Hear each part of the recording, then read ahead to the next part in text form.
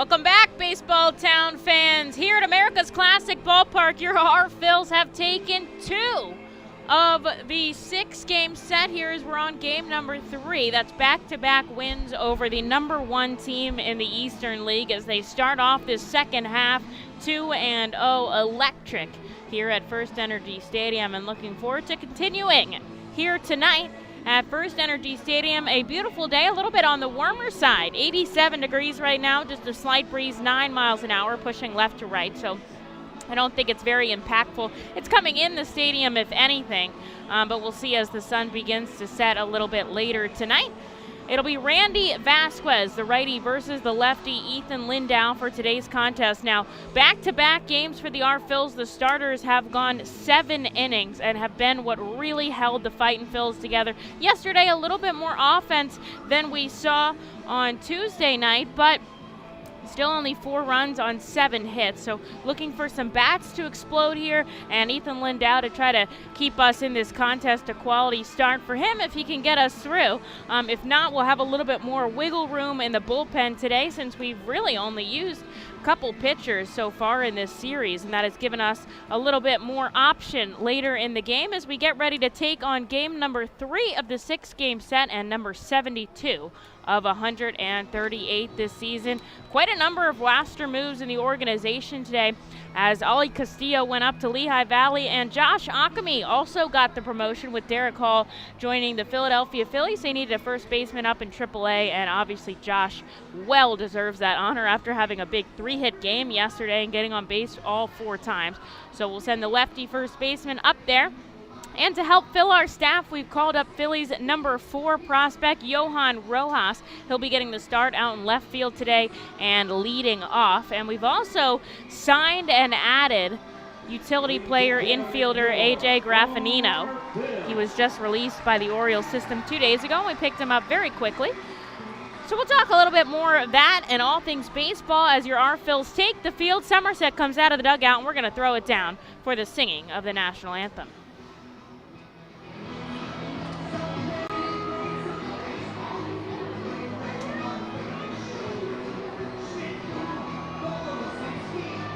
Ladies and gentlemen, please rise. Gentlemen, please remove your hats. We invite all active military and all veterans to please salute the flag. At each game, youth baseball and softball teams take the field and stand beside the R-Phils players as the junior R-Phils, thanks to Commonwealth Charter Academy. Tonight's Commonwealth Charter Academy junior R-Phils teams are Central Perkiomen 12U Pirates and Pottsville Area Little League. And now, please welcome Dave DeSembrino, who will perform our national anthem. Oh, say, can you see by the dawn's early light what so proudly we hailed at the twilight's last gleaming, whose broad stripes and bright stars through the perilous fight o'er the ramparts we watched were so gallantly streaming, and the rocket's red glare, the bombs bursting in air, gave proof through the night that our flag was still there. Oh, say does that star-spangled banner yet wave o'er the land of the free and the home of the brave? Ladies and gentlemen, it's Dave DeSembrino. The pregame fireworks are coming at the International Ready to play ball here at FirstEnergy Stadium as your R-Phils are set to take on the Somerset Patriots for the third time this week. They've taken them in back-to-back games. Tuesday night they won 3-2, and yesterday they won 4-2 as Colton Eastman pitched a quality 7 innings, 4 hits, just 1 run. And Jojo Romero a 2-inning save in his major league rehabber. Today might be the first time in quite a while we don't see a major leaguer here at AA. The R-Phils are going to be throwing out lefty Ethan Lindau, and Jack Conley will get the start back behind the plate tonight.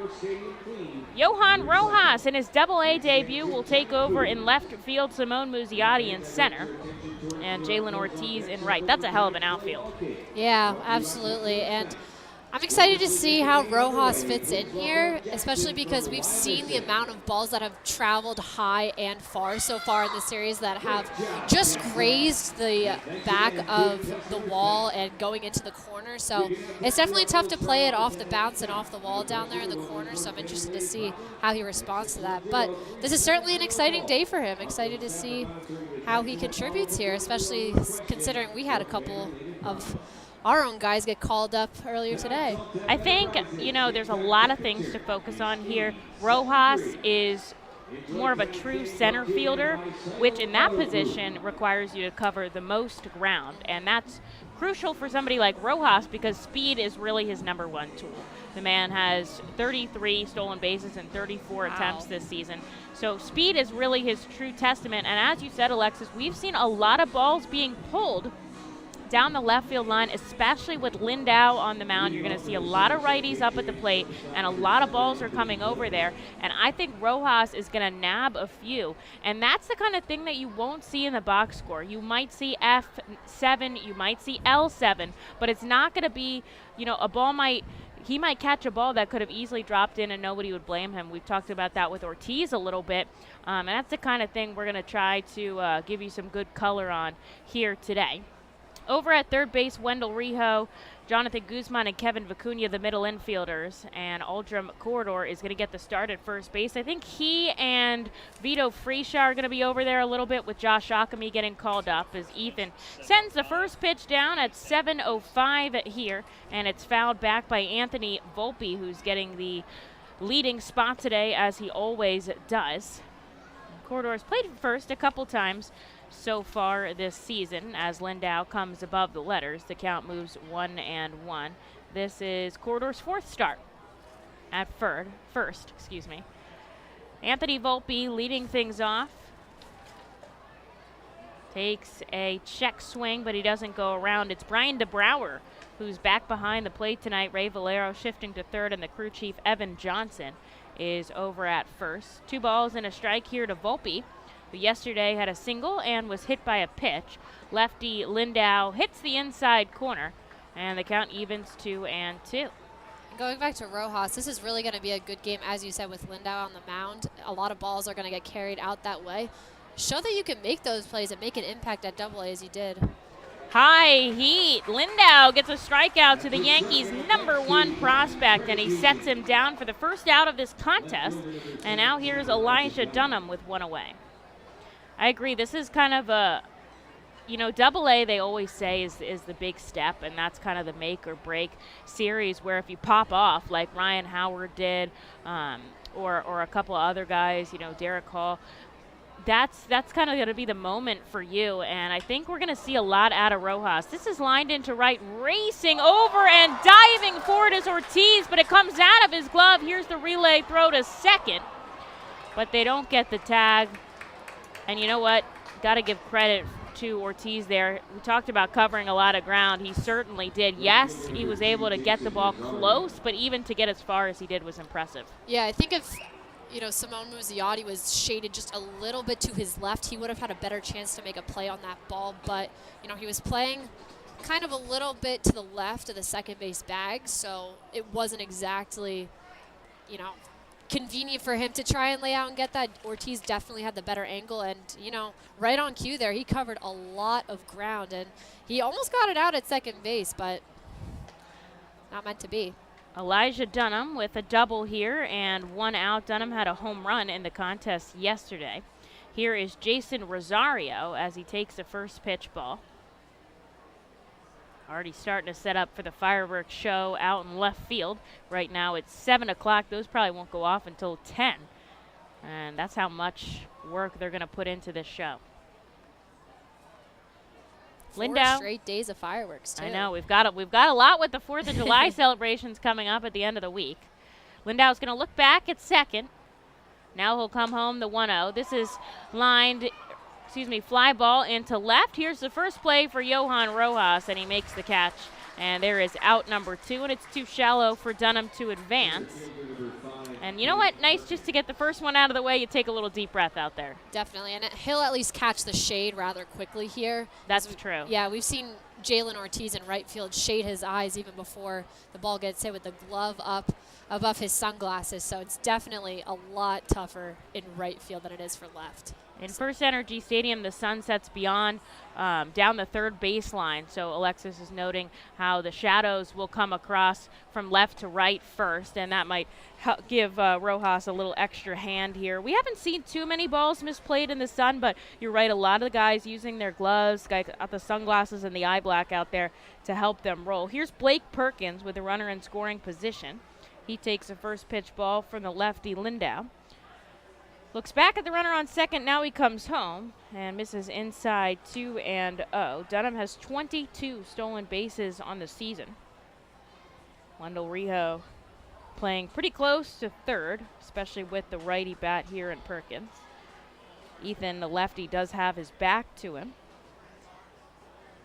Out of the stretch. Grazes this in as it loops right on the outside corner. 2-1 the count. Everybody's playing back deep here to the cleanup hitter Perkins. Batting just .221, but certainly has a lot of power under his belt. Ethan hits the inside corner up. It's too far inside. And the count moves 3-1. We've seen DeBrouwer a couple times. He's technically the fill-in umpire, but he's going to be here the entire series with the promotion of the original crew chief in this unit. And I don't really feel like we could call him a fill-in at this point. We've been here a couple times. 2 outs, runner on second. This is sent foul. Conley's going to give it chase, but it'll end up a couple rows deep. And on the netting above the plaza, nobody can get to that souvenir. A couple kids disappointed down there in the alleyway between the right field grandstand and the main one. And that'll make the count full. 3 balls and 2 strikes. Runner on second. Lindau looking to put down this team scoreless. He hasn't allowed a run in the first inning since he's been with us here in Reading. He'll look back at Dunham on second. The payoff pitch. Ground ball left side, backhanded by Rijo. Fires across the diamond, and it's picked up by Corridor, and that'll do it.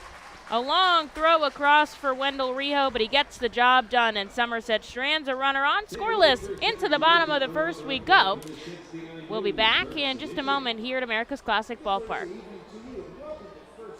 The Seidel Auto Group Deck Picnic appeals to both die-hard and casual fans with its summer picnic-like and fun tailgate atmosphere. During your picnic, you may even catch a souvenir, as the area is situated directly in prime home run territory behind the left field wall. Regular season tickets are $30 per person for groups of 20 or more, and children 4 and under are free. Visit Fightins.com/groups or call 610-370-BALL to reserve your group outing today. Golden Oaks is an award-winning high-end golf club that offers golfers a country club experience without country club prices.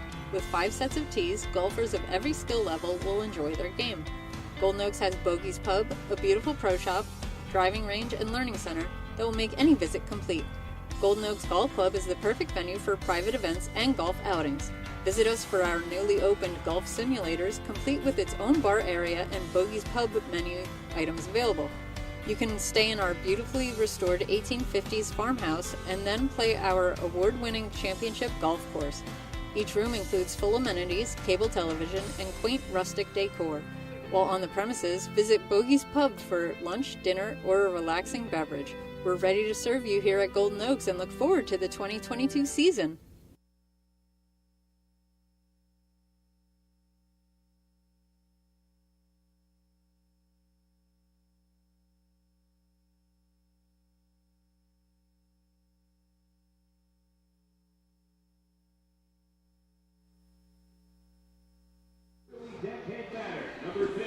Here we go for his baseball town debut. Johann Rojas, as he gets the cheers of the crowd, the Phillies' number 4 prospect here. Now, he's got a lot of talent. He's got a lot of accolades, good numbers to his name. As we see a ground ball up the middle, and it gets through. Johann Rojas leads off his Double-A debut, takes the first pitch from Randy Vasquez and sends it right back where it came from. And he gets a hit to start things off here in Baseball Town. That was perfectly placed right at the middle, just skipped over second base. And watch it back, he just poked it off the end. Yeah, nobody really had a chance to play it. It was kind of no man's land there. Hey. I didn't even get any color in on the guy. I don't think anybody was expecting him to swing at the first pitch there as Simone Muzziotti steps in on the left side. You're all going to have to wait for my favorite part about Rojas for a little bit. Now, stay tuned. Everybody else is, well, this is a good part too. The man has 33 of 34 stolen bases this season. That's insanity. Considering last summer, do you want to know what the highest stolen base count on the team was? 6. 6 bags. And now it's 10. And right now, we have Wendell Rijo who has 10, so we're already on a better note here. But with this righty, Vasquez, there is no shot Rojas isn't going, and he already does. From the knees, Rodolfo Duran, it's on the wrong side of the bag, and he's got a stolen base here to start it off. Check off every box, Rojas. Why don't you?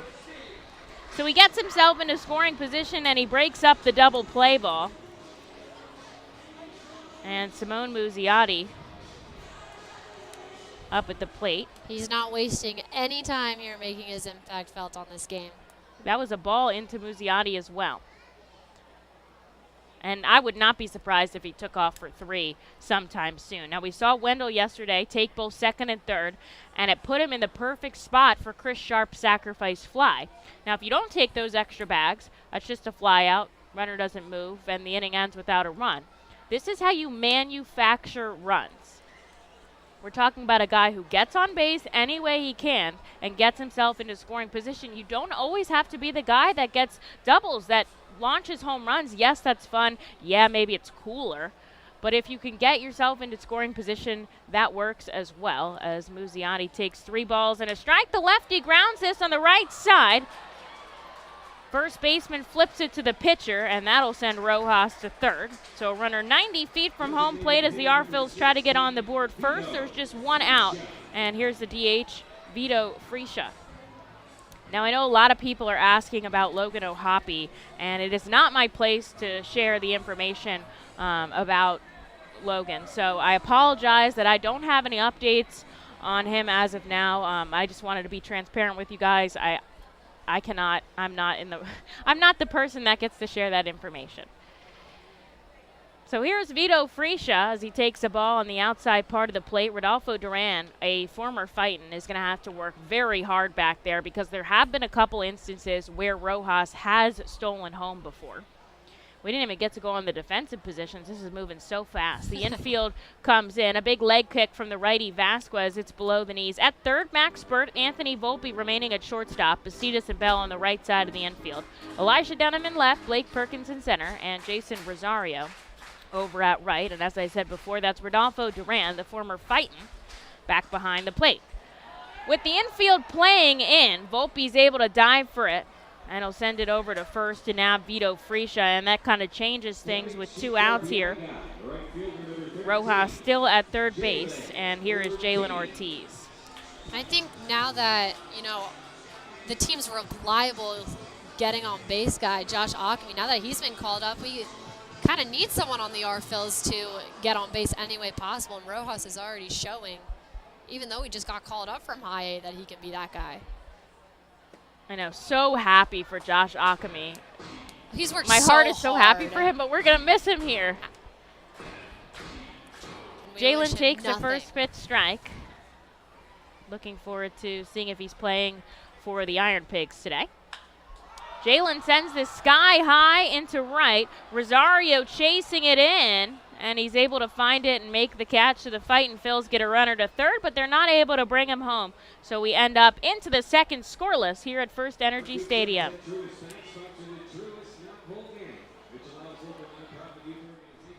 Hey, Want to buy some low-priced groceries? Just follow me into this well-lit Lidl grocery store. Here at Lidl, we buy in bulk and cut down on costs wherever possible. Then we pass the savings on to you. Trust me, everything's done totally legit and above board. Nothing to be worried about. Yep, Lidl's pretty great. It's just your run-of-the-mill grocery store, except with way lower prices. Lidl. Suspiciously low-priced groceries. The Reading Fightin' Phils, in conjunction with Savage Auto Group Fiesta Fridays, are proud to partner with eXp Realty Associate Broker Alex Patansis throughout the 2022 season. Visit Alex's convenient website at brgpa.com and search for your perfect home today. His custom search bar makes house hunting online easier than ever, and he's there to answer all your questions. Call Alex today at 610-926-8610. eXp Realty Associate Broker Alex Patansis is a proud partner of the Reading Fightin' Phils and all 11 Savage Auto Group Fiesta Friday games during the 2022 season. eXp Realty Group and Alex Patansis, where every move matters. Highline Merchandising, formerly Textiles, is your local small business company that provides screen printing, design, and merchandising services for local, national, and international businesses, bands, shows, and festivals, including 7-time Emmy Award-winning show Schitt's Creek and Unsolved Mysteries. Visit our website at highlinemerchandising.com.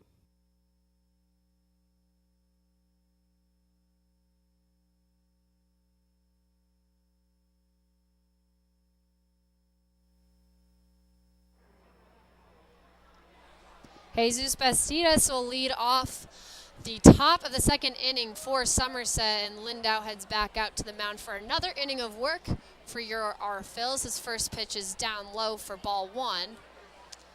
Working quickly here. This one will get in for a strike. It's 1-1 the count to Jesus. Zeros on the board for the first inning, although both teams did have a base runner. This one is popped up into right center field. Muziotti's under it, and he'll make the catch for out number one. It's the second ball this game that's been hit out into that gap. Earlier in the first inning, Jalen Ortiz made an excellent hustle to try and make a play on that ball, but it did bounce just out of his glove at the last second and threw it into second to try and get Dunham, who pulled into second with a double, but he was stranded at the end of the inning.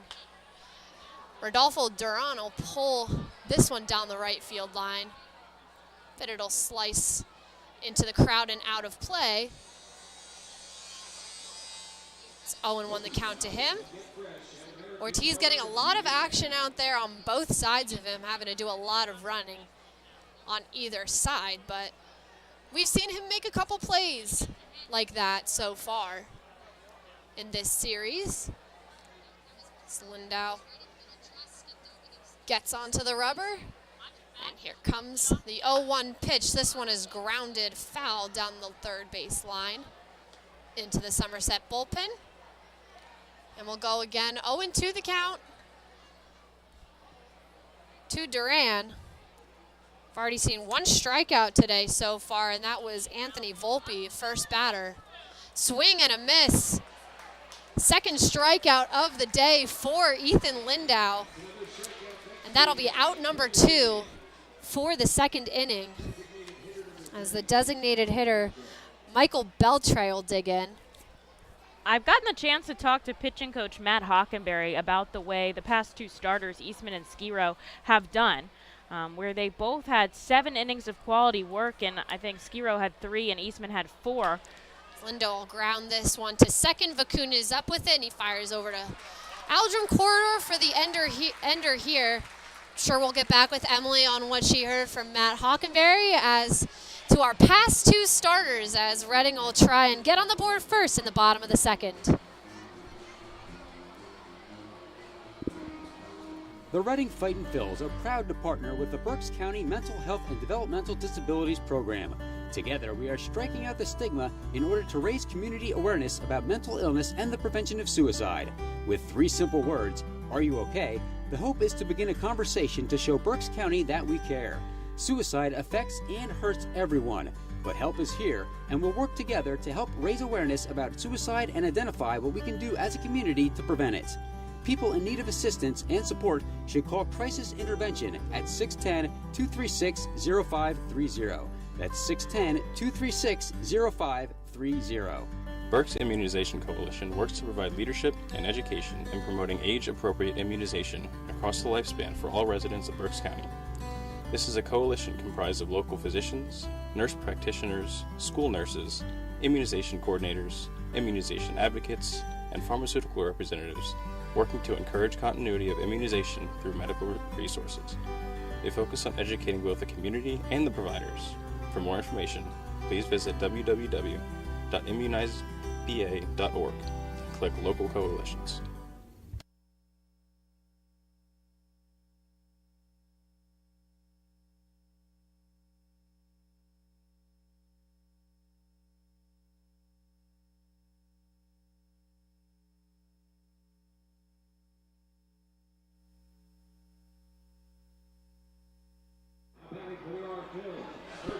Here we go, back in the bottom of the second.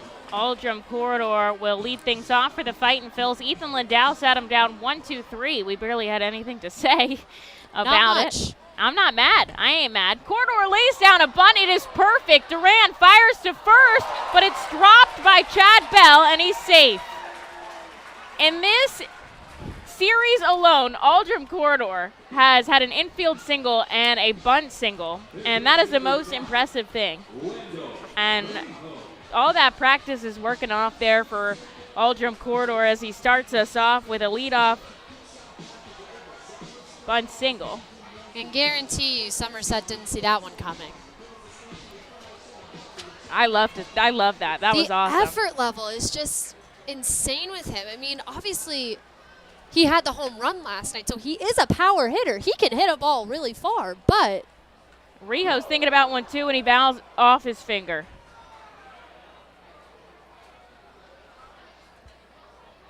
Oh, man. He's taking a deep breath. He's walking it off. He's trying to walk it off.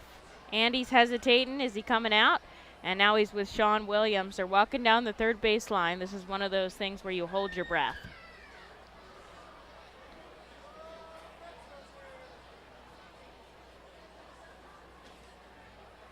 Took a foul bunt off his finger. And you can tell he's wincing in pain.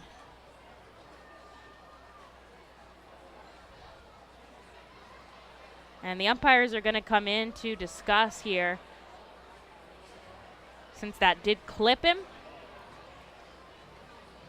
I think the question is, did it hit off his bat and then hit his finger, or did it hit his finger immediately? Because there is one strike on the board. Right, and it did go foul. The bunt did roll foul here. He's talking over with the trainer, with Sean. I think this is a scenario where you're just praying, and he's just praying that he's fine, and you could tell he's frustrated down there. I mean, he just came off the injured list a little bit ago, and he's been hot lately, and man, like, he's one of the good guys too, you know? And he's been big in this series so far, and gave a boost towards the end of the season, end of the first half of the season, I should say. Great trainer out there, and Andy Dodson. I always say, you know, I love to see him out there, but I hate to see him out there. Yeah. They're talking about it here. They're, you know, making sure his finger is good enough to go. We saw already Hunter Marquardt earlier in the season. He fouled a bunt off of his finger, and it took him out for a little bit. I mean, it wasn't ending, but it certainly, you know, took a little bit of time to recover from. And now manager Sean Williams is going to talk to the home plate umpire, Brian DeBrouwer, here about the situation. Rijo is definitely in pain, but he seems okay. And the crowd is giving him cheers here. We're in the bottom of the second inning. Scoreless at FirstEnergy Stadium. Aldrum Corridor had a bunt single down to first. And then Wendell Rijo went to take a bunt himself, and it came off his finger. And I feel like that pitch came very far inside. Agreed, yeah. And that, I think, is one of the things that they're discussing with the umpire. It looks like he's going to stay in this game. He's talking to the umpire, and he's going to pick up his bat. And maybe they're going to let him take a couple hacks, see how it feels to put the pressure on there, because you do have to grip that very tightly. There is a lot of spring that comes off when you make contact. And he nods at Andy Dodson, and we can all just take a deep breath right here. So we'll step back in with an 0-1 count.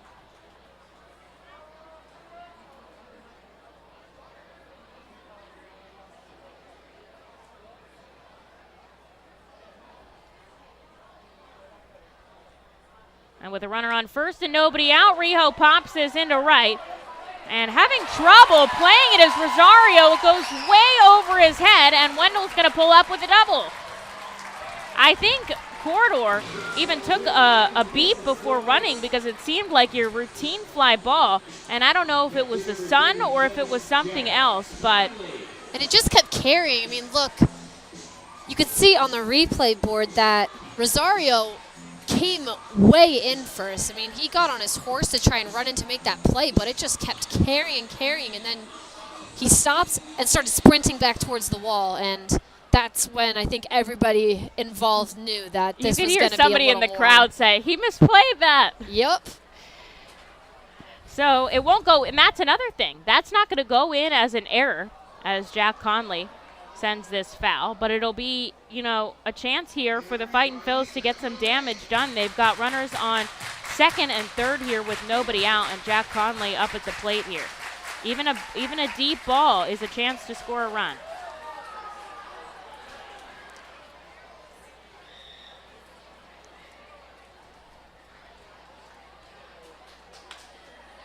This is a ground ball to the right side. It's going to play to run as Jack Conley drives home. Aldrum Corridor. Wendell Rijo advances to third on that ground out. But Reading takes a 1-0 lead here. And Jonathan Guzman will come up with an out. Any way you can push that run across the plate. We saw Chris Sharp had a sacrifice fly last night, and our Phils won by 2 runs, but if he didn't get that extra insurance run, everyone would have been sitting on needles. This is fouled up. Rodolfo Duran giving chase, and it's going to end up about 3 rows back for strike number 1 here to Jonathan Guzman. A good catch is made by a fan in the crowd, and Alexis and I were talking earlier about how good Jonathan Guzman has been in his past 10 games. I mean, he's had 10 hits, 5 run scores, and a home run last week. I think he's really coming into his own here, and he's young for a double-A. He's 22. The infield's going to play in the 0-1 into Guzzi at his feet. A ball and a strike. And he's putting it together on the field, too. I mean, I know what you always say, that he's the best shortstop. He is certified the best shortstop. This is a sky-high pop-up. Max Burt coming over in front of the Somerset dugout. Now it's about 5 rows back. And he'll get to stay in this with a 1-2 count. He's getting the entire crowd involved with these foul balls. I mean, yesterday he made a couple eye-popping plays, whether it's just pop-ups. He got a line out that was pretty high. He had to thrust himself up in the air to get that catch, but it's certainly been enjoyable to watch him. Rijo on third. He takes a late swinging strike on a 95-mile-an-hour fastball. And now there's 2 outs here for Rijo on third with Kevin Vicuña coming up to bat. And they're already, you know, even though it's only 1-0, they're really digging into the starter, Vasquez. 20 pitches here trying to get out of the second. The Phils lead 1-0. And they want to lead by more. Ground ball up the third baseline. It's foul. Sean Williams barehands it, makes the play. He's going to toss it into the 67 club. That group area is full down there. That's a buffet area. I mean, every area is full today. We have the beer fest going on down at the left field picnic deck as Vicuña takes one inside, 1-1, and the pool is just popping down in right field. I was at the deck earlier today, and you could barely move over there just checking out how all the sampling's going. It's certainly... Kevin chases a pitch in the dirt. And the count moves to 1-2 with 2 outs on the board. Just looking to drive in Wendell Rijo. Jack Conley already brought across Aldrum Corridor.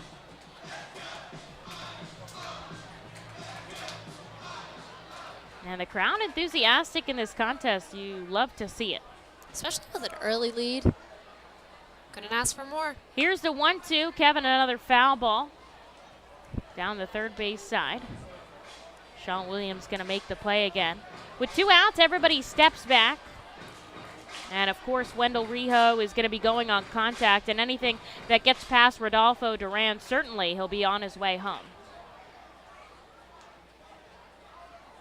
The 1-2. In the dirt, and it gets past Duran. And Wendell Rijo is on his way home. Right on cue.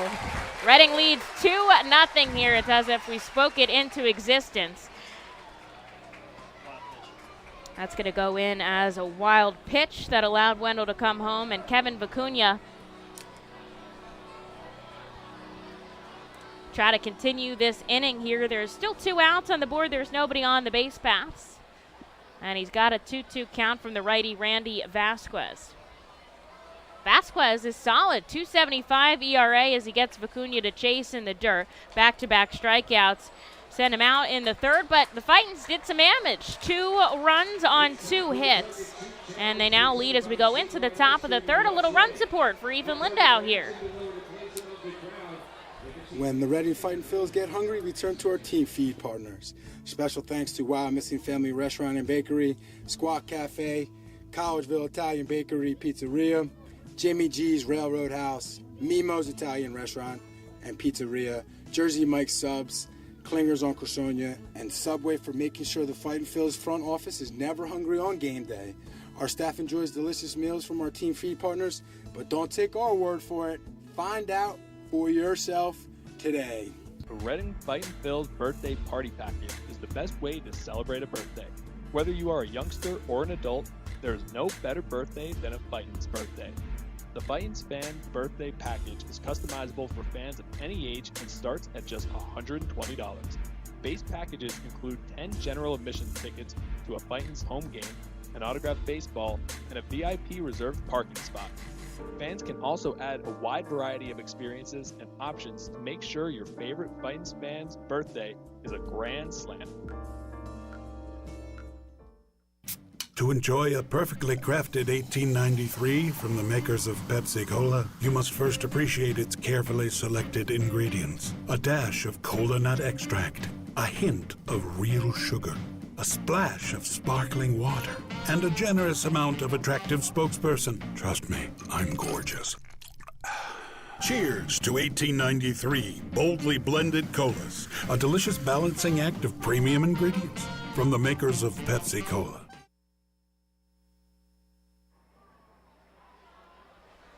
Into the top of the third here at FirstEnergy Stadium, and your Phils have given Ethan Lindau a little run support. They lead 2-0 here on 3 hits. And Chad Bell will start off the inning. It'll be Bell, Max, Burt, and back to the top of the order with Anthony Volpe. And a lot going on in our affiliates that we have to talk about. Everyone's having a good time here. Philly leads 12-1 over the defending World Series champions, the Atlanta Braves.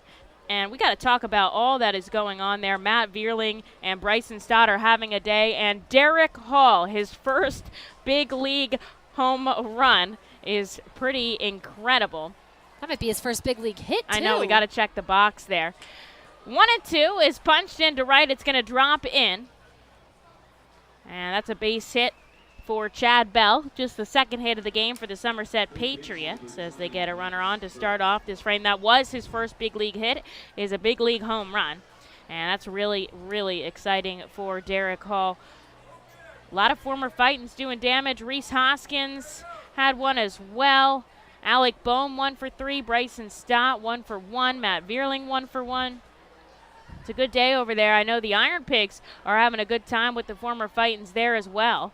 As Max Burt, the number 9 hitter, takes a called strike. They lead 5-1, and Josh Akami had his first AAA hit here for the Fightins. He has seen AAA time before in the Red Sox organization, and Ali Castillo had one as well.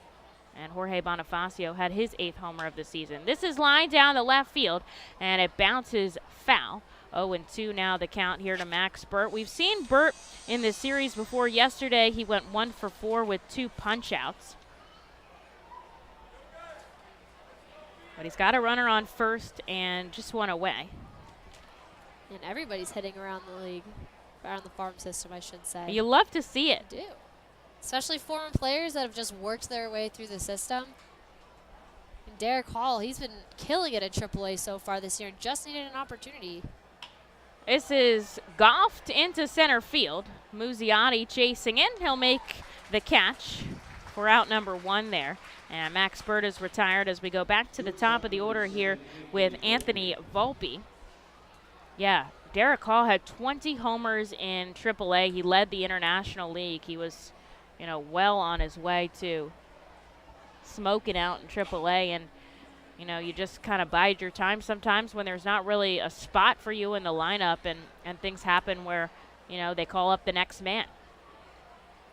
Here's Lindau against Anthony Volpe. He already struck him out the first time. He goes off speed and gets a swing and a miss.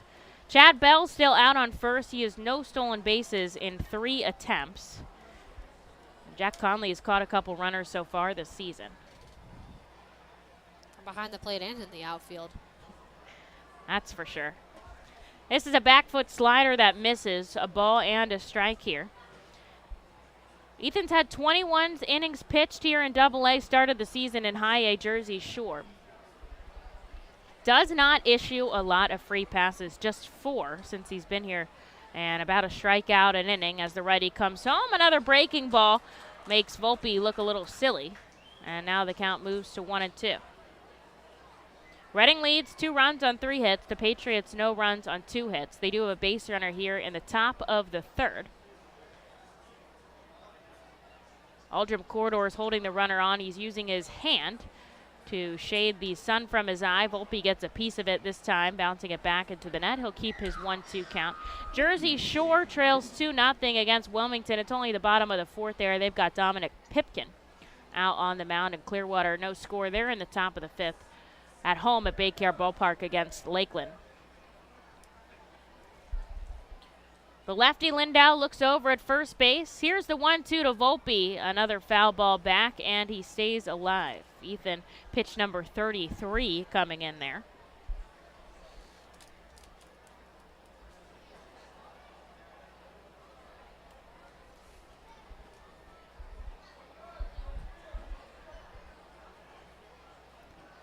Leaning over, he gets the sign from Jack Conley behind the plate. Out of the stretch here with a runner on first and 1 away. Volpe sends this sky high. I think it should be playable for Aldrim Corridor. He's in front of the R-Phil's dugout, and he makes the catch for out number 2. And here is Elijah Dunham, who had the other hit of the game, a double back in the 1st. R-Phils were able to pick up 2 runs in the bottom of the 2nd. Aldrim Corridor led it off with a bunt single. Wendell Rijo doubled to push them both into scoring position. Jack Conley drove home a run, and then Rijo came in on a wild pitch, and that's how we have our 2-0 score. Elijah Dunham here represents the tying run with Chad Bell out on first, and he takes the first pitch that hits the outside corner. 0-1. Oh, now back to my Matt Hockenberry piece of information. Yes. So we were talking about how the other 2 starters have gone 7 innings and 3 strikeouts for Skiro, 4 for Eastman. When you compare numbers, that's not a huge count. Those guys aren't always big strikeout guys, as he hits it at the knees. 0-2, but you don't need strikeouts to get outs. Yesterday, Eastman had 6 outs on the first pitch. He got batters to chase and ground out weakly. He had 10 ground ball outs. And Skiro, if you go back to his last start in Binghamton, he had a career high 8 Ks, but he only went 3 2/3. Now he only has 3 Ks, but he goes 7. What's the better start there? Yes. And it's like you have to work to your strengths, and these guys have found them, and it's so beautiful to watch as Lindau misses down and away 1-2. Especially when you have a strong defense backing you up like that. Like, you can induce ground balls all day, but if your defense can't make the plays, then it's not going to look too good. And, the Fightins have played a lot of great baseball. That's a really good follow-up point, is that, we do have some of the best defense in the league. I was talking about it yesterday. Our overall defensive team average is .983. Our fielding percentage, that's really good. It's incredible. And especially when you've got, really good middle infield turning too. You can rack up those double plays. I think we have 35 on the season. There's 2 outs here in the top of the third. Runner on first. Lindau going after Dunham with the 1-2. It bounces into Jack Conley. And the count evens 2 balls and 2 strikes. We were just talking earlier about how Jonathan Guzman's made a couple highlight reel plays. I mean, Wendell Rijo and before he got called up, Ali Castillo, they make incredible plays at third base and incredibly fast too. They're flying through the air, getting the ball over to first base quickly, and that's special, and that's something that really helps. Here's the 2-2. This hits the outside corner, a called strike 3.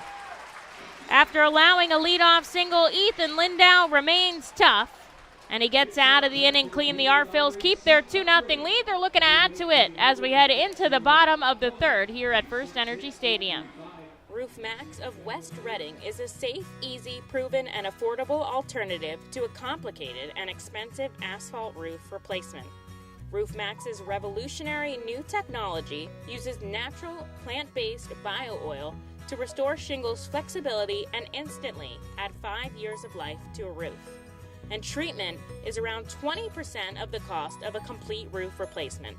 From homes to commercial complexes, Roof Max of West Reading can help.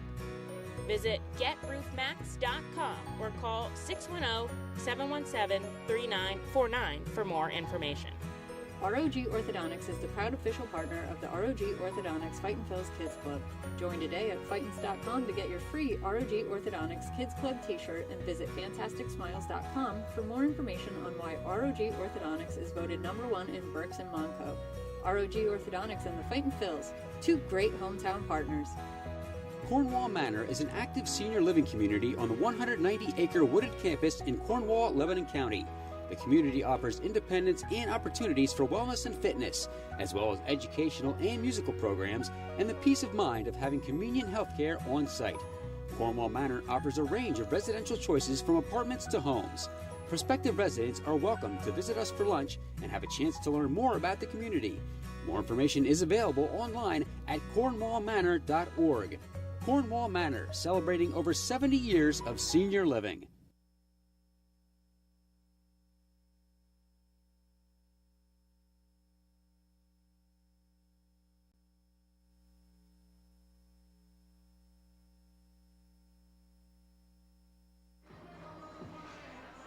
Bottom of the third, Ethan Lindau is dealing for the Fightin' Phils. He's allowed no runs on 2 hits, so the Arphils look to build off their 2-0 lead.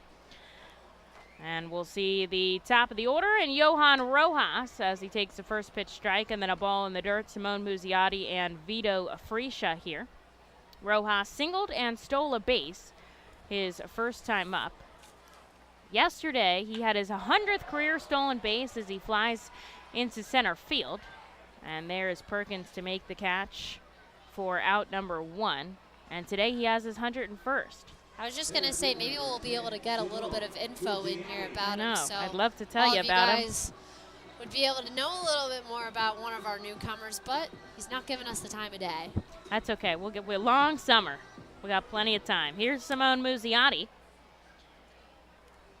Grounded out to first, his first time up. Takes a pitch outside. Muzzy playing out in center field yesterday. He was the designated hitter. Beautiful hot night here in Reading, Pennsylvania. Looking forward to selling an Independence Day weekend as this is shot into right field. It's going to bounce all the way to the mall. Muzzy's going to take 2. Slides into second safely.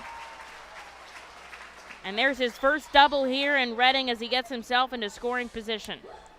He's someone that does have a power bat. He hasn't necessarily shown it here so far because he's been on and off the injured list, but we know he can hit, and he just showed it right there. Hopefully and I he think get into his rhythm here. Combined, with his ability to hit too, speed is another big tool of Muzzy. He's already had 2 triples with us. It's fun when you get a triple before a double because that means you're pushing the envelope, and I love to see it. And he gets himself here to second for Vito Fresia, with just one out on the board. The R-Phils are threatening over Randy Vasquez once again. And I haven't even got to talk about Vasquez that much. He's one of the best pitchers in the Eastern League. A 2.75 ERA for a starter in 12 games is really impressive. 55 and 2/3 innings of work coming into this contest. 50 for 3 strikeouts, so averaging about a strikeout an inning as he sees Fresia outside.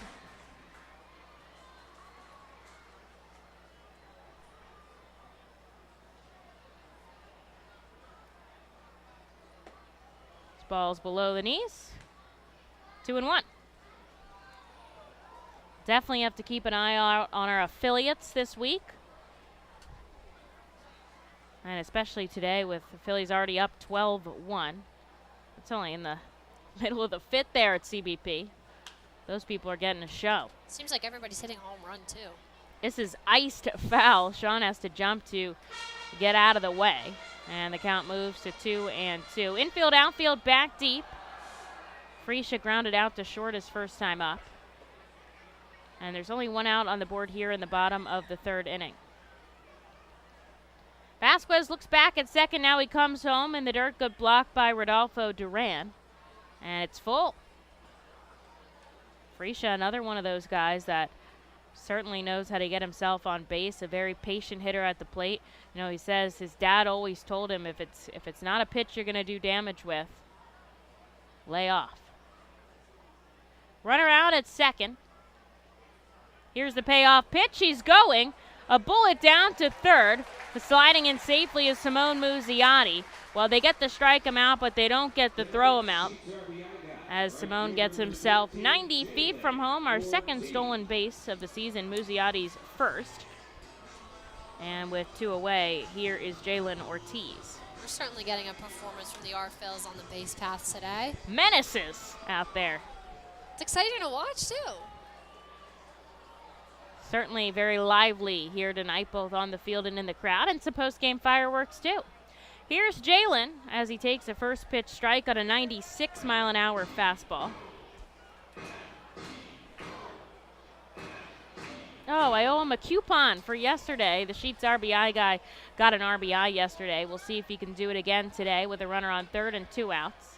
That's a called strike at the knees, and he's down 0-2.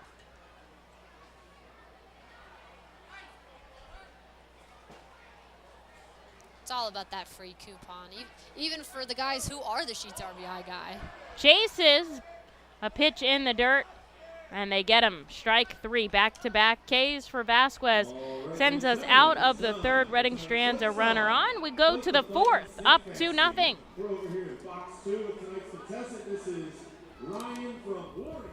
White Star Tours and Travel Centers offers the R-Phils fan road trip again this season. It's your chance to hit the road with other R-Phils fans, see an R-Phils road game, meet with an R-Phils player, and see 2 Philadelphia Phillies road games. The White Star R-Phils fan road trip visits Erie and Pittsburgh, Thursday, July 28th through Sunday, July 31st. You see the R-Phils at Erie, meet with an R-Phils player or coach, then head to Pittsburgh for a tour of the city, including the Incline, and a ride on the Yankee Clipper riverboat.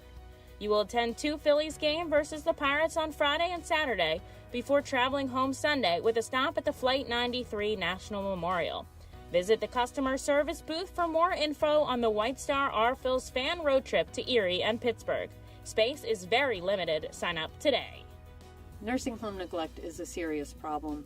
If you or a loved one has suffered from bed sores obtained in a nursing home or a fall down in a nursing home resulting in a fracture, our friends at Swartz Culleton can help. Call the attorneys at Swartz Culleton for a free consultation. Their phone number is 1-800-JUSTICE. That's 1-800-587-8423. Once again, call 1-800-JUSTICE today. Swartz Culleton is a proud sponsor of the Reading Fightin' Phils.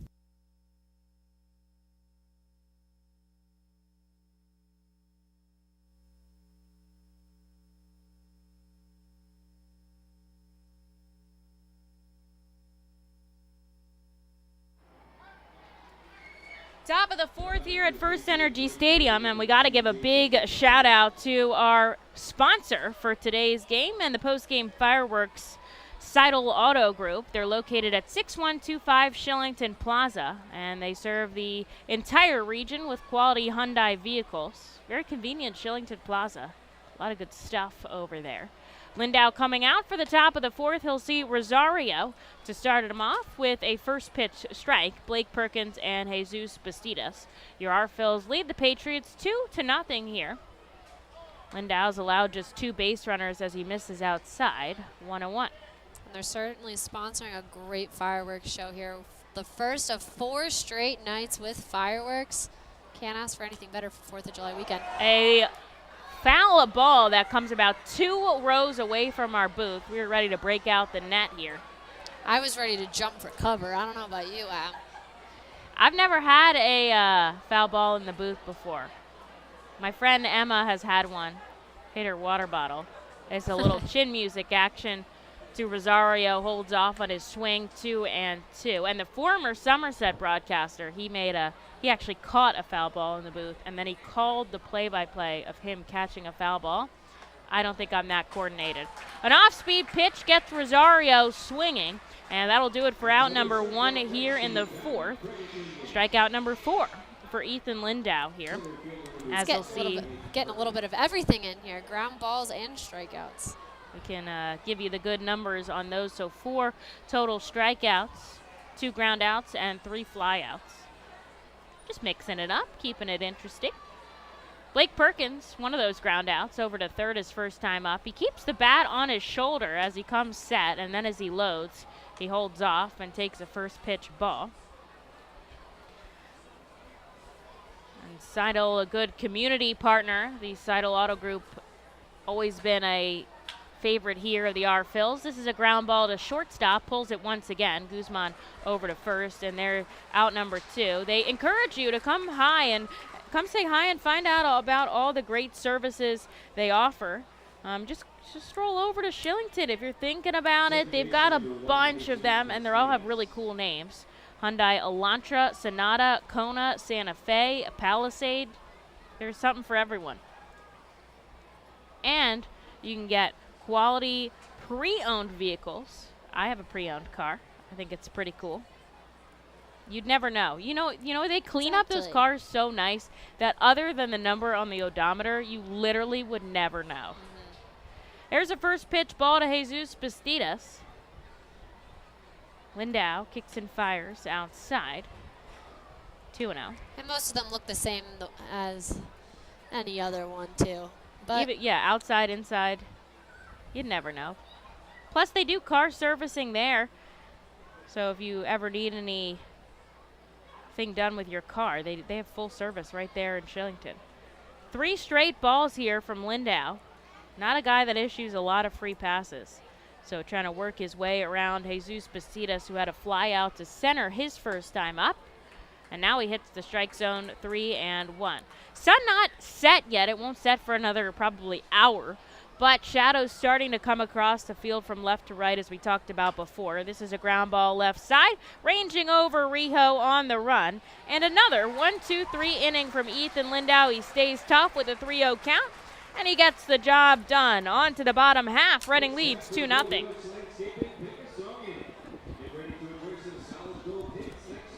Cornwall Manor is an active senior living community on the 190-acre wooded campus in Cornwall, Lebanon County. The community offers independence and opportunities for wellness and fitness, as well as educational and musical programs, and the peace of mind of having convenient health care on site. Cornwall Manor offers a range of residential choices from apartments to homes. Prospective residents are welcome to visit us for lunch and have a chance to learn more about the community. More information is available online at cornwallmanor.org. Cornwall Manor, celebrating over 70 years of senior living. The time has come for businesses to grow, to prosper, to innovate, to succeed.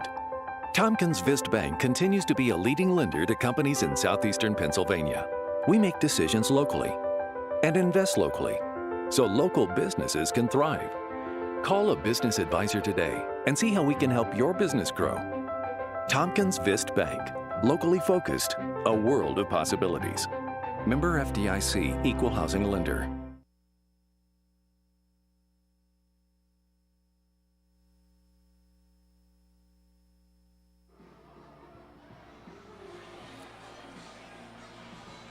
Another inning of baseball here in Baseball Town as we head into the bottom of the fourth inning. Ethan Lindau has been on fire. No runs on just 2 hits through 4 innings of work, 52 pitches. And now we'll see Randy Vasquez on the mound. Reading has 2 runs on 4 hits. And we'll see Aldrum Corridor, Wendell Rijo, and Jack Conley. Those 3 did the damage back in the second. That put us on top. So we'll see what Corridor has to offer here again as he comes up for the second time today. Family in attendance out in the crowd. Children Miranda and Derek watching on. He chops this to second. There to make the play is Bacidas for out number 1. And if you check out our social media channels on Instagram, Facebook, and Twitter, you'll see the moment when Aldrum crossed the plate last night after hitting a 2-run home run. He pointed to his family in the crowd, which doesn't get any better than that. That's awesome to see. Such a special moment. He changed his walk-up song to Mi Niña for his daughter, who's in the crowd today. And here is Wendell Rijo with a fresh count. He takes a first pitch strike. Rijo had a double and a run scored back in the second. And he was hit by a pitch in the hand. And glad to see he's okay, and he's still in the game as he takes a ball outside.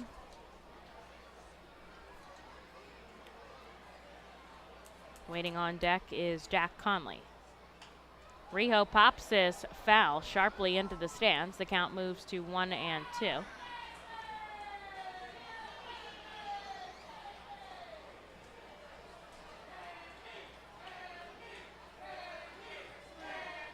Big leg kick by Vasquez. He comes inside. 2 balls and 2 strikes. Our Phils have already taken 2 of the 6-game set. We are here till Sunday against the Somerset Patriots. This is game number 3 as Rijo chases a strike. And there is out number 2 here for Jack Conley. Got a good day this day in Baseball Town history. We're talking earlier about Ryan Howard and the stint that he had with Reading back in 2004 that really, slingshotted his career. Well, on this day in June 30th, 2004, as this is a high pop up to the first baseman, making the catch is Bell in a 1-2-3 inning for the Fightin' Phils. Ryan Howard went 2 for 4 with a solo home run, wrapping up one of the most prolific months for any Reading player in history. He was the unanimous choice for the Eastern League Player of the Month for June, batting .386 with 15 home runs, 10 doubles, and 43 RBIs. That's a good note to end the frame on. The Our Phils lead 2-0. To the 5th we go here at America's Classic Ballpark. It's time for tonight's vegetable race.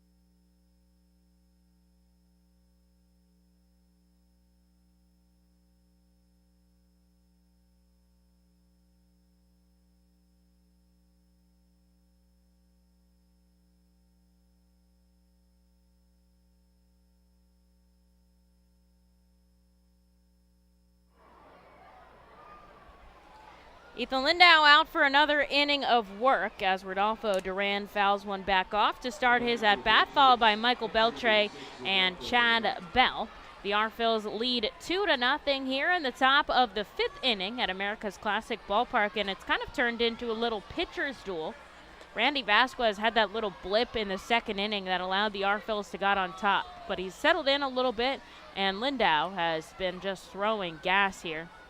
Up to 53 pitches as Rodolfo Duran chases on an off-speed pitch, 1 and 2, and he's allowed just 2 hits so far in the contest. Duran struck out swinging his last time up against the southpaw, but he'll send the ball into shallow center. Racing in is Muzziotti, but back is Jonathan Guzman. He is everywhere to make the catch, and there is out number 1 here to start off the 5th.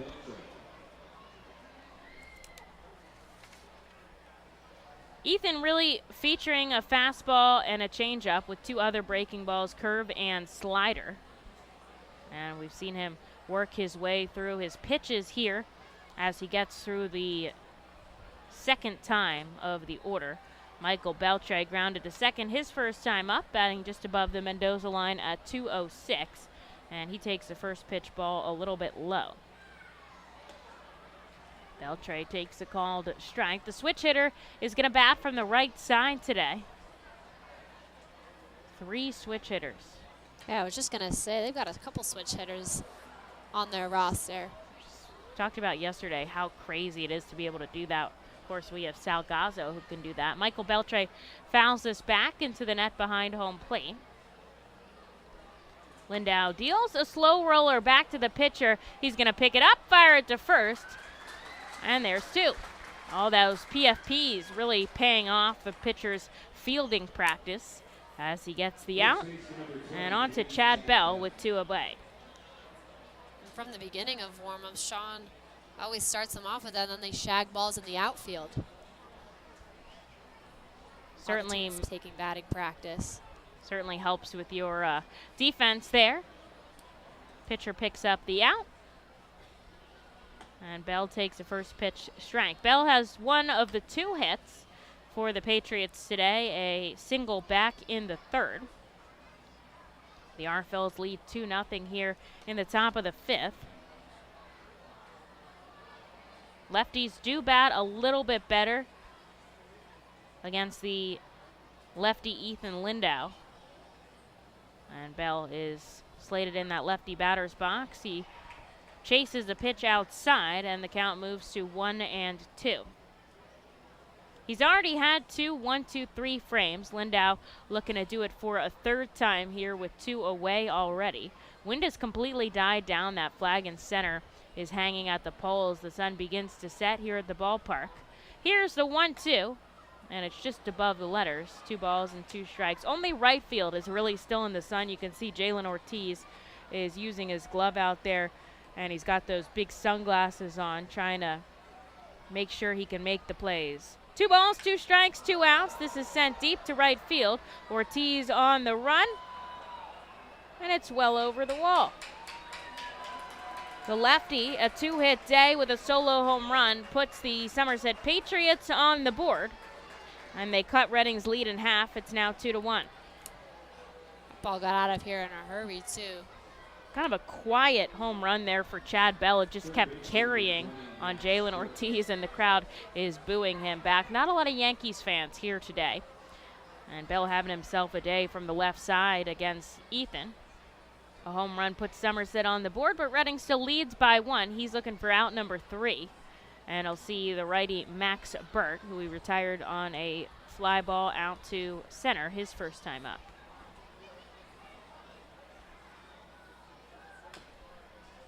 Slow roller off the bat, down the 3rd base line, foul, and he's got him 0-2.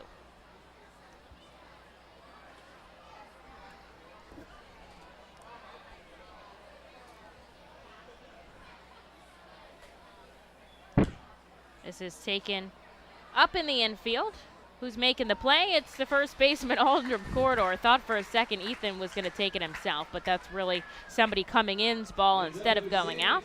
And that will do it for the end of the top of the 5th. Somerset does play to run on Chad Bell's solo shot. As we head to the bottom half, the R-Phils still lead 2-1, but looking for a couple more runs here in just a moment. Nursing home neglect is a serious problem. If you or a loved one has suffered from bed sores obtained in a nursing home or a fall down in a nursing home resulting in a fracture, our friends at Swartz Pelleton can help. Call the attorneys at Swartz Pelleton for a free consultation. Their phone number is 1-800-JUSTICE. That's 1-800-587-8423. Once again, call 1-800-JUSTICE today. Swartz Pelleton is a proud sponsor of the Reading Fightin' Phils. The Reading Fightin' Phils are proud to partner with Humane Pennsylvania throughout the 2022 season. Humane Pennsylvania is the region's premier leader in animal welfare and empowers the people in our communities to increase their capacity to care for animals so that all animals are healthy, safe, and treated humanely. Humane Pennsylvania is proud to be a Fiesta Friday and Bark in the Park sponsor. Learn more about Humane Pennsylvania and how you can help build the best community for animals anywhere by visiting humanepa.org. This is the Crazy Hot Dog Bender coming to you from the radio booth. When I need to get somewhere in a hurry and the ostrich isn't cutting it, I hop on my Harley Davidson from Classic Harley Davidson. It's your one-stop shop for all your Harley needs. They have everything you need from boots, jackets, t-shirts, gloves, mugs, and oh yeah, they have a great selection of bikes too, which are almost as good on gas as an ostrich. Go to Classic Harley Davidson for everything Harley Davidson, and I'll see you at Harley Night.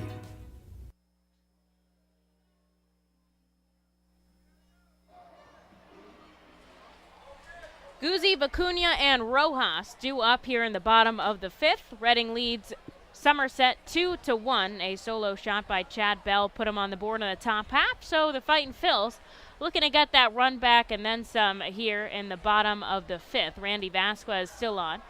Guzzi takes back-to-back strikes. He's down 0-2.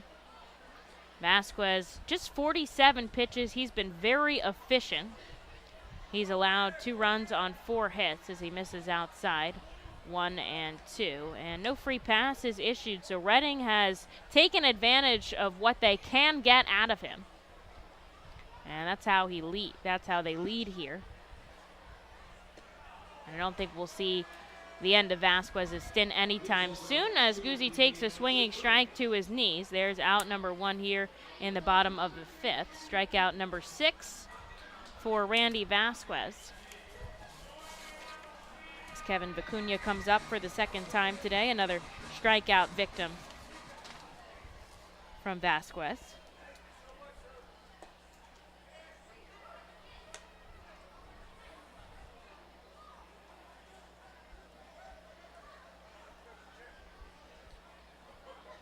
The righty gets a first pitch strike, but Kevin lines the next one into left field. A base hit here with 1 out in the 5th as we go back to the top of the order for Johann Rojas.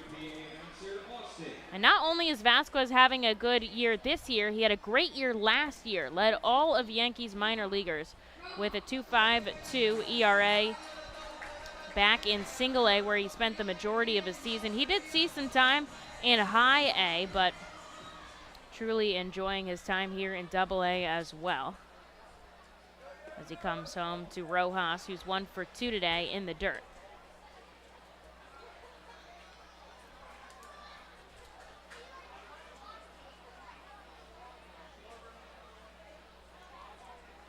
Runner going, Vicuña way off to second, and he slides in just behind the tag, behind the base, on the tag.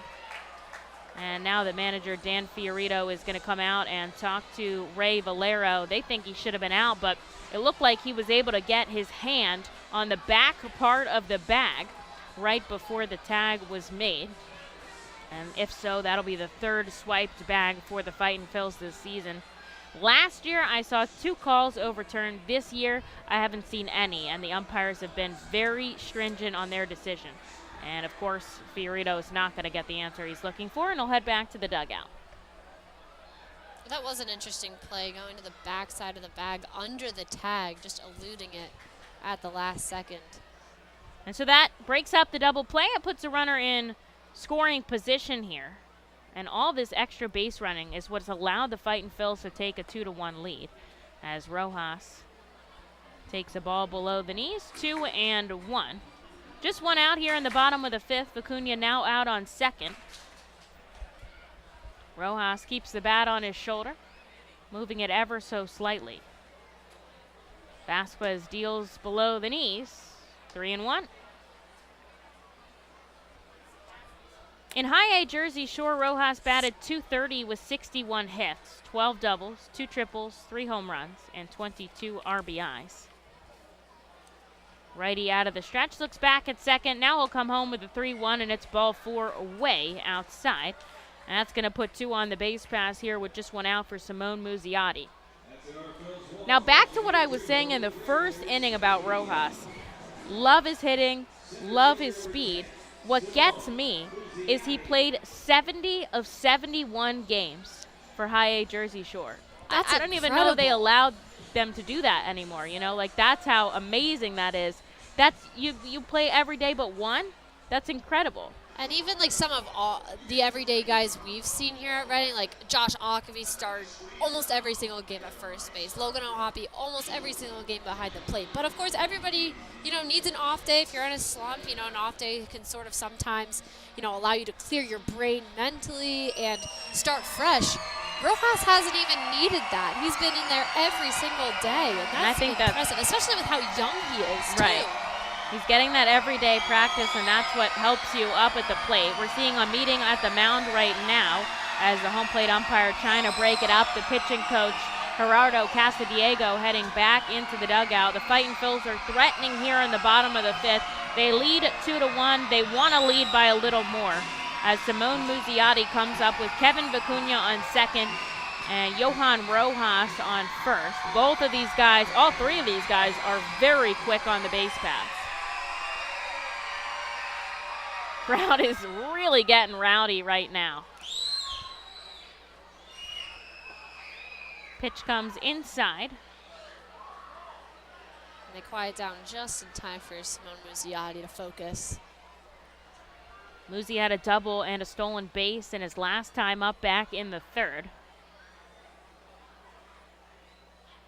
Throwing this back to second is Vasquez, and he was in danger of almost throwing that into the outfield. Good stop there by Anthony Volpe at the bag. Vicuña dives in safely. And that's 1 step off here in this at-bat to Muzziotti. He gets 2. Runners take very short leads. Of course, the Yankees are going to be aware of this.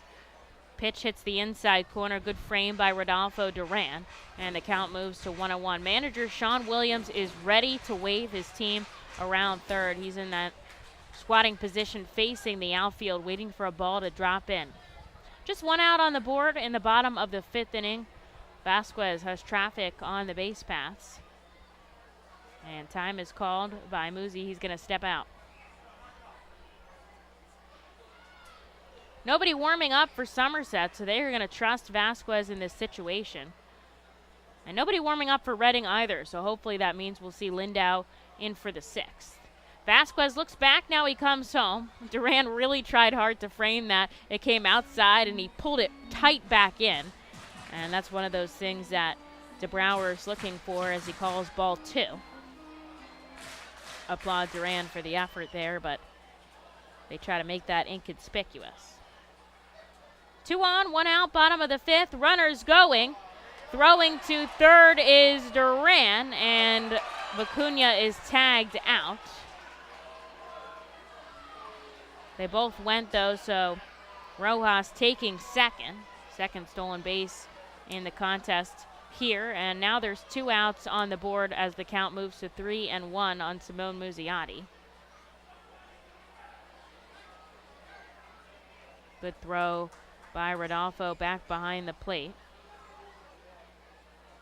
His 8th caught stealing of the season.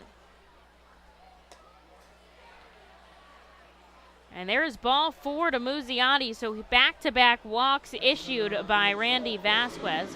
Will put runners on first and second, but there's 2 away here for the designated Vito Friscia. Designated hitter, Vito Friscia. And he is in a spot where he's ready to do damage. He's 0 for 2 today. He is due for something, and he's going to step in the righty batter's box. The R-Phils lead 2-1. Threatening here with 2 on, but there's 2 out in the bottom of the 5th.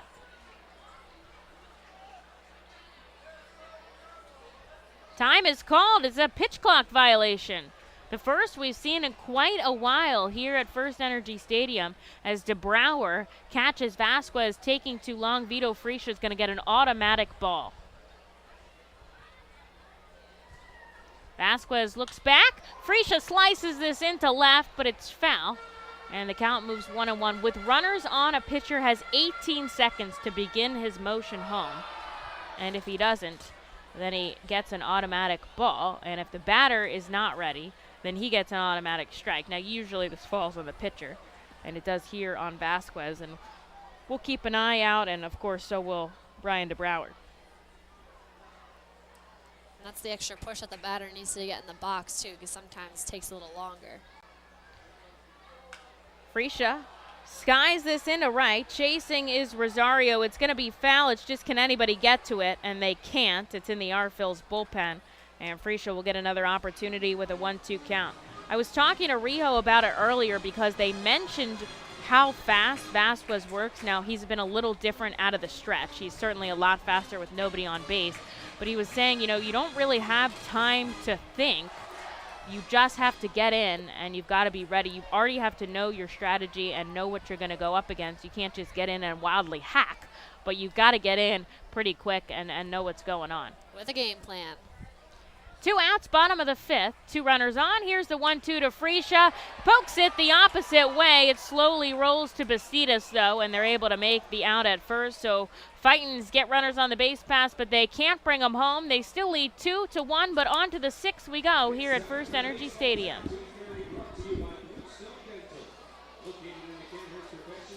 The award-winning Reading Hospital Tower Health Character Pool Party provides an unforgettable night out with your family and friends.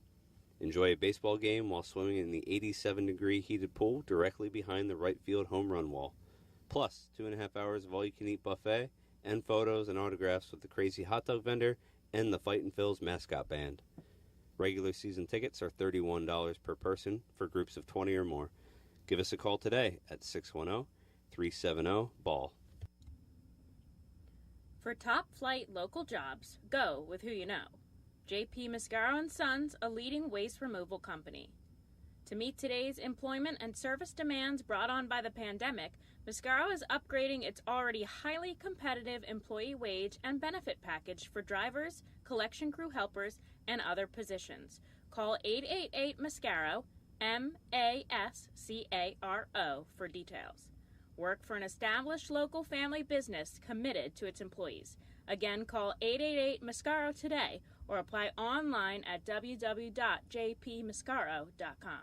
Highline Merchandising, formerly Textiles, is your local small business company that provides screen printing, design, and merchandising services for local, national, and international businesses, bands, shows, and festivals, including 7-time Emmy Award-winning show Schitt's Creek and Unsolved Mysteries.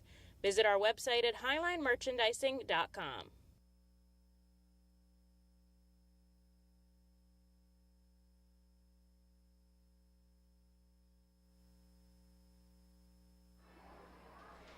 Here's Ethan Lindau for the top of the 6th inning. Anthony Volpe, Elijah Dunham, and Jason Rosario are due up as he'll see them for the 3rd time in this game. Volpe fouls one back to start off his count. He is 0-2 against Ethan. Foul ball down the left field side, so he goes oppo and then he pulls it, both for strikes.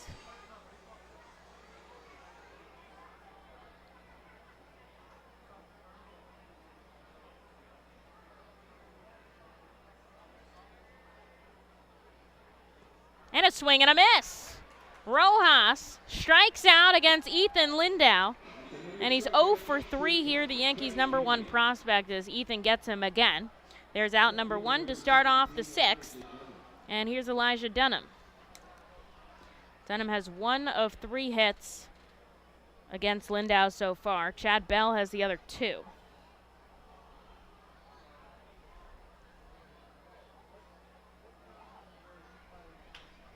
Ground ball right side, backhanded by Kevin Vicuña, deep at second. He comes over to first, one pitch for out number 2. And here's Jason Rosario. There is some light stretching going on in the bullpen here. Looks like McKinley Moore is getting up, but Lindau is cruising still. He is getting up there in pitch count. His longest outing is 74, and he's coming up to pitch 72. There's a first pitch called strike to the lefty Rosario. He's 0 for 2 in today's contest. Reading leads 2 runs on 5 hits. Somerset 1 run on 3 hits. This one curves right into the zone. Down 0-2.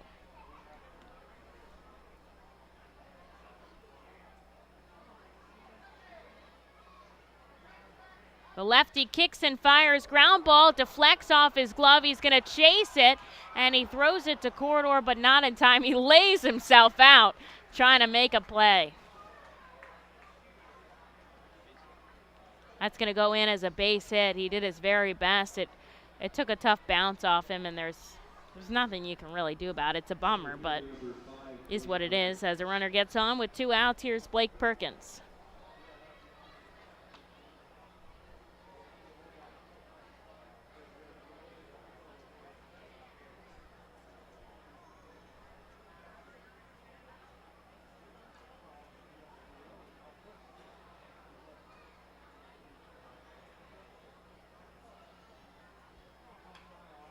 Slow roller down the first base line. Corridor is going to pick it up and go to first, and they say it's fair. Aldrum with a heads-up play as they fire it around the horn with out number 3. Somerset stranding a runner on the base pass. Your Reading Fightin' Phils keep their 2-1 lead, and they're back up to bat coming up in just a moment. There you are in the great wide open when you hear it. Dinner time. When you're hungry, you're not going to let 5,000 feet of mountain get in your way. And if they try, that's what Kia's lineup of exceptionally capable SUVs with available all-wheel drive is for. The Telluride, Sorento, Sportage, and Seltos are how you know we take this pretty seriously. The SUVs and the dinner. Hurry into your local Kia dealer today. Kia, movement that inspires. Visit kia.com for details. Always drive safely. Feasers Incorporated, a family-owned, full-line food service distributor located in central Pennsylvania. Services restaurants, sporting facilities, theme amusement parks, healthcare facilities, educational facilities, and other institutions throughout Pennsylvania and the Mid-Atlantic region. For over 100 years, Feasers and its employees have committed themselves to making customer service their highest priority. Feasers works hard to provide customers with the products they require, delivered by their helpful fleet drivers. Feasers is large enough to serve and small enough to care. For more information, call 800-326-2828 or Feasers.com. The Reading Fightin' Phils are proud to partner with the Berks County Mental Health and Developmental Disabilities Program. Together, we are striking out the stigma in order to raise community awareness about mental illness and the prevention of suicide. With 3 simple words, "Are you okay?" the hope is to begin a conversation to show Berks County that we care. Suicide affects and hurts everyone, but help is here, and we'll work together to help raise awareness about suicide and identify what we can do as a community to prevent it. People in need of assistance.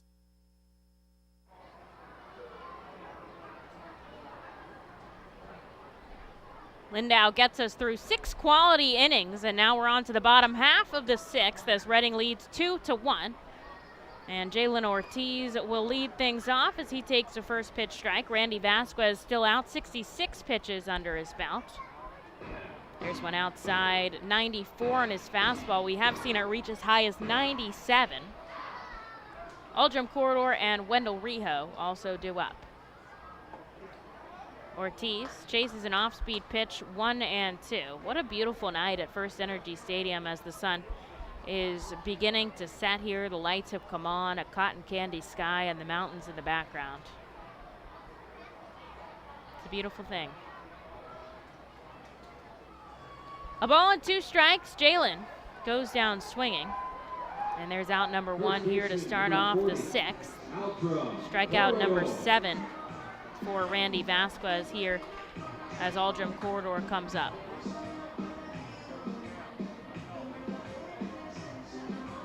Vasquez has a career high 11 strikeouts, so a little bit more until we get to that point. As Aldrum Corridor takes one inside. Aldrum had a bunt single back in the second. And he ended up scoring a run as he rips this one foul. 1-1. Wendell Rijo followed up that bunt single with the double. They both moved into scoring position. Jack Conley batted a run in. And then Rijo came home on a wild pitch. That's how Reading got their 2 runs. Corridor rolls over on this one, and it goes right to the second baseman. And there is out number 2 on the board here for Wendell Rijo. Third baseman number 5, Wendell Rijo.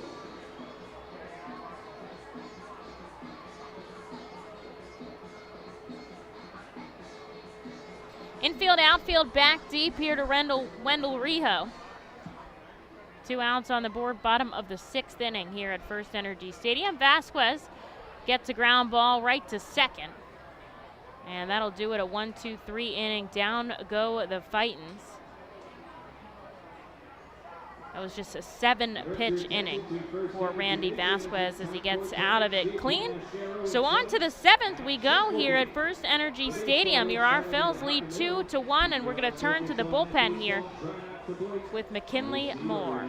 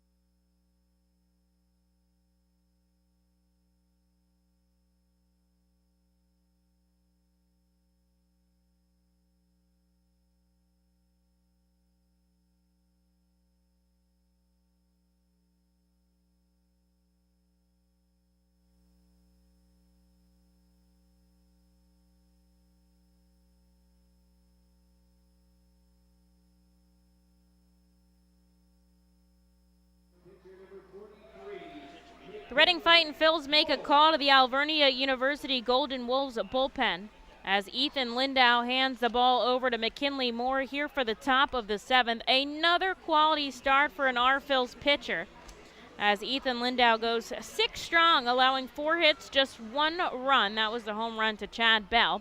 No walks and 5 strikeouts on 76 pitches. Man, they're spinning gems out there. 3 straight days. He keeps the Phils in this game. They lead 2-1. And now we'll see McKinley Moore here out of the bullpen. Jesus Pacitas, Rodolfo Duran, and Michael Beltre due up. A righty here after 6 innings of a lefty.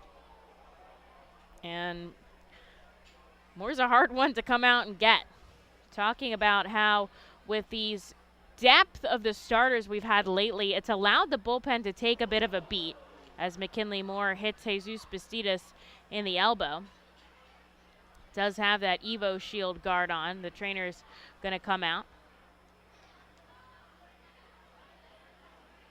Trying to take a deep breath. The manager is going to come over as well. But, you know, it allows the relievers a little bit of a break after kind of a bullpen-heavy first half. I actually, you know what, let me just break out the game notes, because why do I track it if I'm not going to tell you about it? So, starters pitched 264 innings in the last 71 games. The bullpen pitched 340 and a third innings, which you want to see starters get more work. And so this has allowed the bullpen to rest these guys to be able to come out and throw harder for 1 inning instead of being kind of stretched for 2 and showing up a couple more appearances in a series than maybe they would necessarily like to be, and not taxing them as much. And so You know, now you can come out and you can get your heater right out of the gate. They'll bring out McKinley Moore. You know, they've got some top guns as well in the bullpen as the wrist of Bastidas is being checked out here. Whether he heads down to first or they send it a pinch runner, somebody will be going down there on a free pass. I think it's going to be him. He's going to hand his batting gloves to the trainer, Michael Becker, not to be confused with the ticket rep, RFL's executive director of season tickets, Michael Becker. Two different people. And heading down to first on a hit by pitch is Jesus Bastidas, so that's how the inning starts. And here is Rodolfo Duran, who now represents the go-ahead run with the tying run on first. The RFL's already won close contests, both save situations, their win on Tuesday and Wednesday. They won 3-2 over Somerset and 4-2. So they've been tight contests. Moore misses outside, 1-0. Righty-righty matchup here. Although Duran was a former Fightin, Moore didn't see him then. They did meet in the last series that the two teams have had. Check in on the Phillies. They still lead 12-4 over the Atlanta Braves. Aaron Nola out on the mound through 7. They're going into the bottom half at CBP. Moore misses outside, 2-0. The Iron Pigs now lead 6-2. And that game is through 7 on the road at Syracuse. 3-0. Hits the outside corner, 3-1. Bastidas out on first. Oh, there's a ladybug in the booth. That is great luck, you guys. That's great luck. I'm not going to kill it. I'm just going to put it outside. 3-2. Ground ball, third base side. Rijo charges over to first, and they get him. Heck of a play by the third baseman on the run. And there's out number 1 as Bastidas shifts to second. Here's Michael Beltre. Jersey Shore now trails Wilmington 4-3. They're through 7 on the road in Delaware. Ethan Wilson, his 5th home run of the season.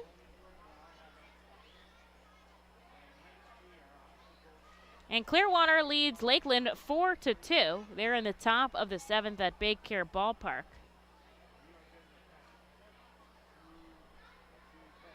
So everyone's looking good in the org.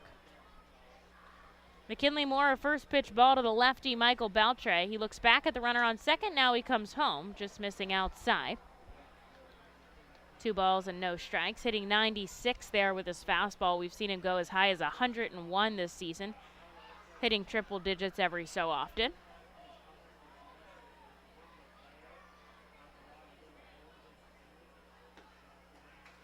Inside, this pitch comes 3-0. 97 with the fastball there. Bastidas out on second after being hit by a pitch, moved over on the ground ball. Reading leads 2-1 here in the top of the 7th at FirstEnergy Stadium. They scored their 2 in the second. And there is ball 4. So on 4 straight pitches, Michael Beltre walks down to first. That's the second free pass issued by Moore here. There'll be 2 on and 1 out for Chad Bell. Now Bell's 2 for 2 today, but both of those were against the lefty, Ethan Lindau. And now it'll be a lefty-righty matchup against McKinley Moore. Pitching coach Matt Hockenberry is going to come out here. It looks like Tyler McKay is warming up in the bullpen for the Fightin' Phils. So this is the first time Bell will see a pitcher who's not a lefty in today's contest. And with a runner on first now, that does set us up for the double play ball. Infield's going to come in here. Wendell Rijo is having a good chat with the Yankees manager over there.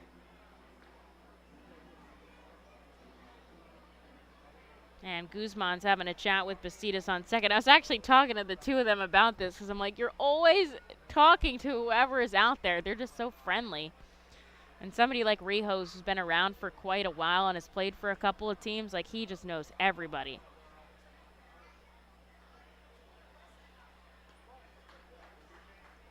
So 2 runners on, just 1 out here in the top of the 7th. The R-Phils lead by 1 run. McKinley Moore is going to go after Chad Bell. He'll see him at the knees for a called strike, hitting that off-speed pitch.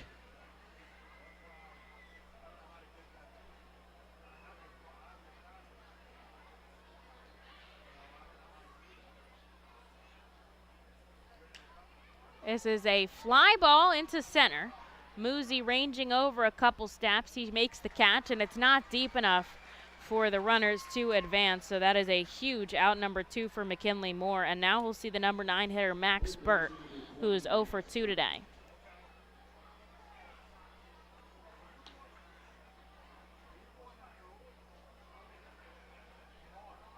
Burt's going to step in on the right side here. Bacidas on second, Michael Beltre on first. Both of them pretty solid runners.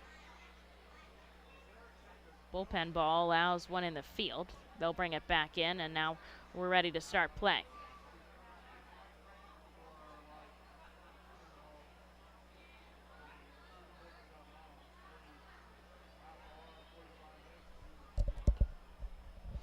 McKinley looks back at the runner on second. Now he comes home. Breaking ball hits the dirt. 1-0. Fans waiting for the fireworks tonight.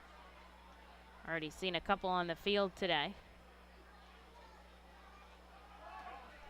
Runners are going, and they're both going to get there without a throw from Jack Conley as ball number 2 comes in. 2 runners in scoring position now with 2 outs on the board.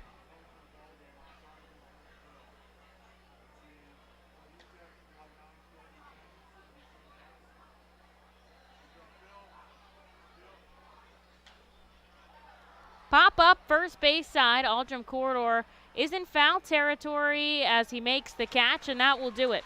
McKinley Moore issues 2 free passes, but he toughs it out, and he gets out of the inning without giving up a run. And that will send us through 7 with a 2-1 lead. Stretch time here at the ballpark. We're going to take a break and have some fun.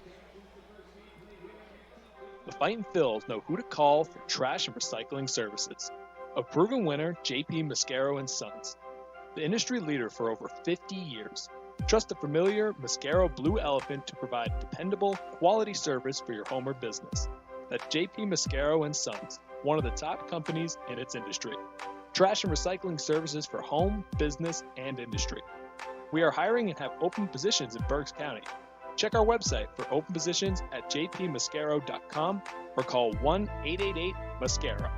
JP Mascaro & Sons, ready to serve you. Burke's Packing is a family-owned and operated meat processor located here in Reading, specializing in hot dogs, ham, specialty meats, and more. Burke's Packing provides America's classic ballpark with quality products, including the highly acclaimed flat-top grilled hot dog. Join us for Burke's Packing Sunday Family Fun Days at Sunday home games all season long at FirstEnergy Stadium. Lidl is a normal grocery store with aisles and shelves and high-quality groceries, but only Lidl has really low prices. Like so low they're too good to be true. But true.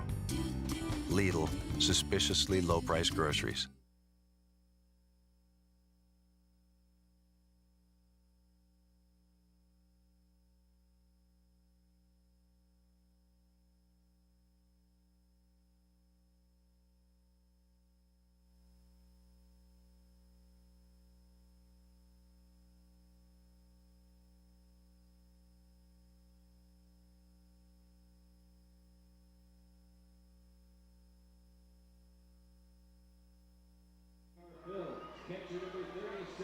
McKinley Moore gets out of a jam to get us through the 7th, and here is Jack Conley. Ooh, Josh Ockamy. Aw, miss him already. But he's crushing it out in AAA so far. So it's Jack Conley, Jonathan Guzman, and Kevin Vicuña here who will lead us off. Jack punches this into right field. Rosario chasing over in front of the running Jack. He'll make the catch, and there is out number 1. Shortstop number 4. As Jonathan Guzman will come up. He's 0 for 2 today with 2 strikeouts. Randy Vasquez is still in this ball game. 74 pitches as he comes into the bottom of the 7th. Guzzi rolls over and grounds it softly to the shortstop. Volpe double pumps, but he does get it over in time, and there's two. Been very efficient with his pitches, I'll tell you that. Gotten a lot of first pitch swinging out of the Fightin' Phils today. And here's Kevin Vicuña.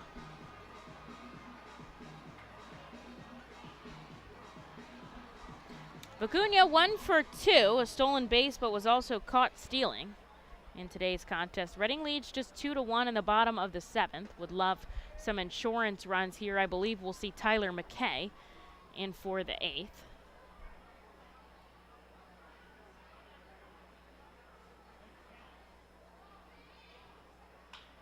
Up the middle, Vicuña goes. Backhanded by Bastidas behind the bag, and it's picked out of the dirt by Chad Bell. That was a robbery. Good hitting by Vicuña, but better fielding by the Patriots, and down go the Fightins in order. Another 1-2-3 frame by Vasquez. On to the 8th we go. Tyler McKay coming out in just a moment. Gear up for Fightin' Phils season. Visit the Brentwood Industries Fightin' Phils team store at FirstEnergy Stadium, or check out our online store 24 hours a day, 7 days a week at rphils.com/shop. We have a wide variety of Fightin' Phils hats, t-shirts, kids apparel, and more. Looking for something new? Check out our latest selections of Los Luchadores de Reading and Reading Hot Dogs gear, plus throwback, black, R-Train, R-Phils attire. Root for your Fightins in style. Stop by the Brentwood Industries Fightins team store or rphils.com/shop. The sound of an ice-cold Corona is music to my ears. Oh, run that back. Dope. Now drop that beat.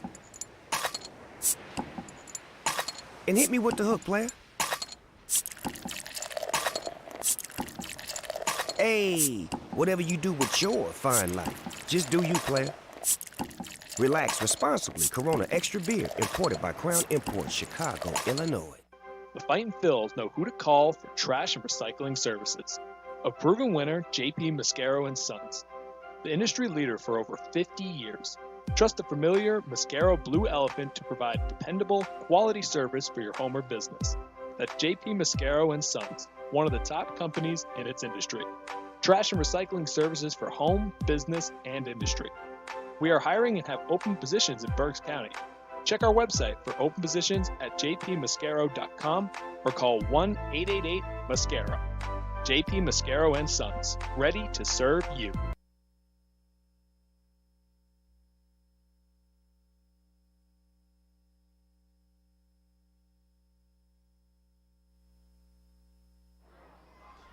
Into the 8th inning in baseball town we go. Your R-Phils lead 2-1, and Tyler McKay is coming in to face the top of the order in Volpe, Dunham, and Rosario, and he looks to keep it that way.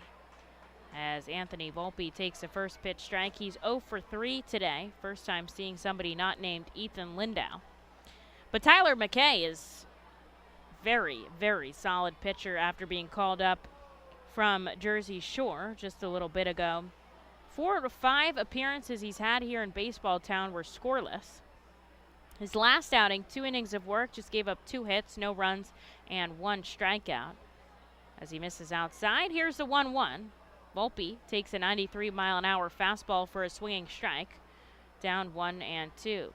McKay leading the team in ERA, .96, hovering just under that 1 piece. Glove set at the waist. Volpe punches this into right center. It's going to drop in. That's his first hit of the game. And he's actually going to take 2 there. So the tying run starts off on second base. The heart of the Somerset order coming up with Elijah Dunham here. He's 1 for 3. And now we're tied at 5 hits apiece on the contest. Somerset finally has somebody warming up in their bullpen. Maybe Randy Vasquez's day is done. That's Stephen Jennings. McKay gets the sign from Jack Conley back behind the plate. And the runner is going. Conley fires the tag from Rijo. He's safe. We have seen aggressiveness on both sides here on the base pass today. And Volpe, with his 29th stolen base of the season, gets himself 90 feet from home, and that represents the tying run here late in this contest. The infield's going to come in. They're going to try to protect the plate here. That's where they're going if possible. 1-0. In at the knees, but it's below. To Elijah Dunham, 2-0.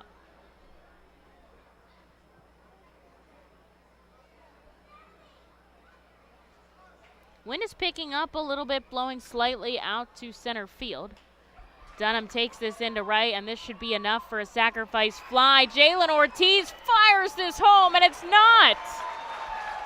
The cheers of the crowd. Ortiz saves a run.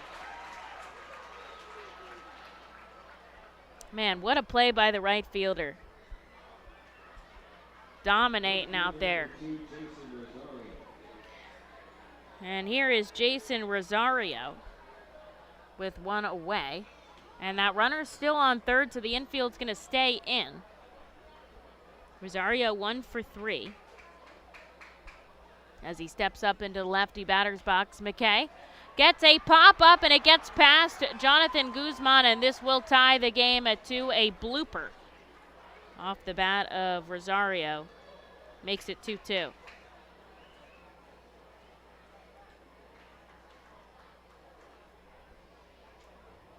Runner on first, 1 out for Blake Perkins. He's the DH today, but he's 0 for 3.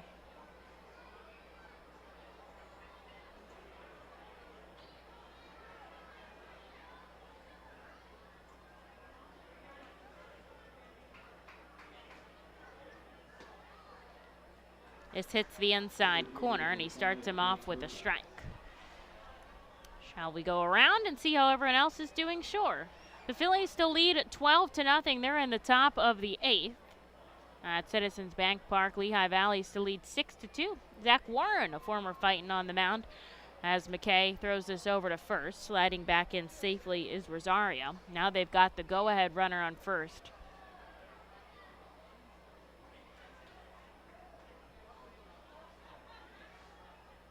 McKay home to Blake Perkins outside, 1-1. Jersey Shore now trails 7-3. They're through 7 on the road at Wilmington. And Clearwater still leads 4-2. They're threatening even more in the bottom of the 7th. McKay deals, missing outside. 2 balls and a strike. When Reading comes back up in the bottom of the 8th, they'll have the top of their order too. Rojas, Muzziotti, and Freesia. That's fun. But first we've got to get there.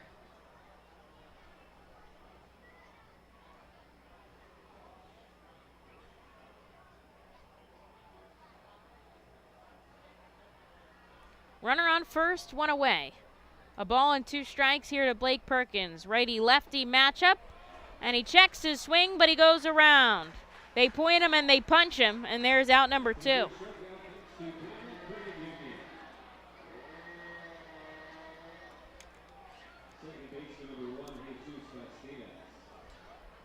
Here's Jesus Bastidas. He'll bat from the right side. He was hit by a pitch back in the 7th, but he seems okay. And he'll get this in on the opposite side. Ortiz is there to pick it up quickly. And Rosario's going to stay at second. There's 2 on and 2 out now for Rodolfo Duran. Pitcher number 6, Rodolfo Duran.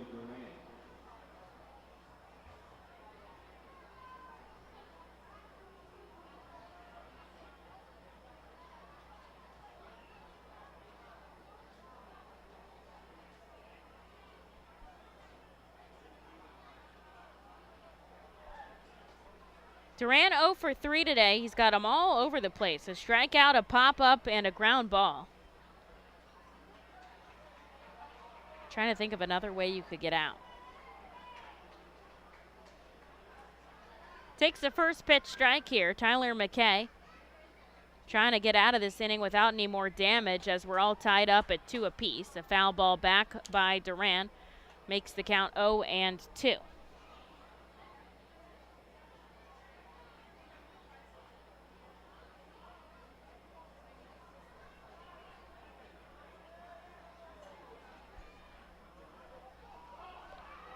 Runner is going. McKay throws over to third, and they get him.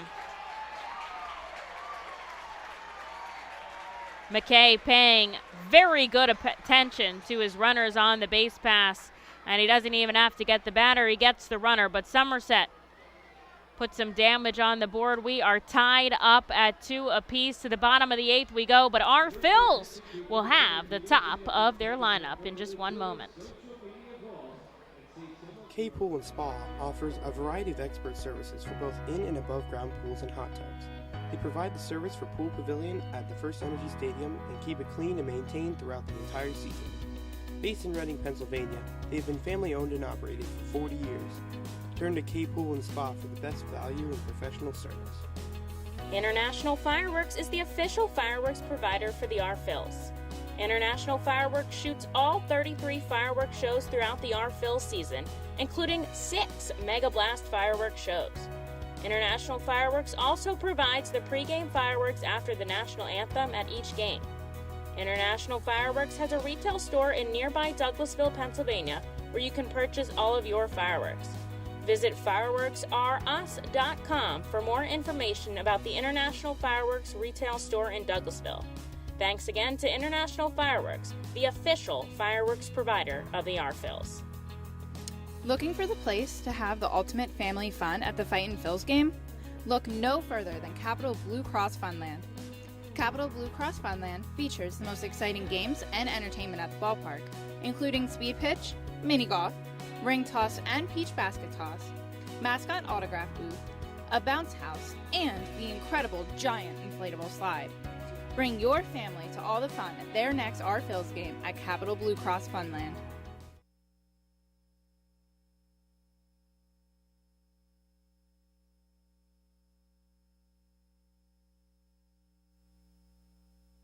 Left fielder number 15, Johann Rojas.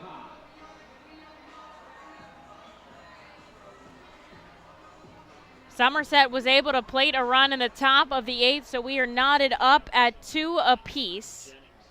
But Somerset will change their pitcher here as Randy Vasquez hands the ball over to Stephen Jennings out of the Alvernia University Golden Wolves bullpen.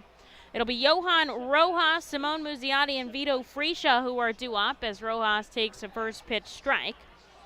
He's 1 for 2 today with a walk as well and 2 stolen bases, just trying to get on. He chops this to the shortstop. Volpe fields it awkwardly, but he's able to recover, and he makes the play at first. There's one out in the bottom of the 8th. I think ideally, Reading is hoping they put on 1 run here in the bottom of the 8th, and then they throw Brian Marconi for the 9th, and they end it there. Anybody that comes up represents the go-ahead run here.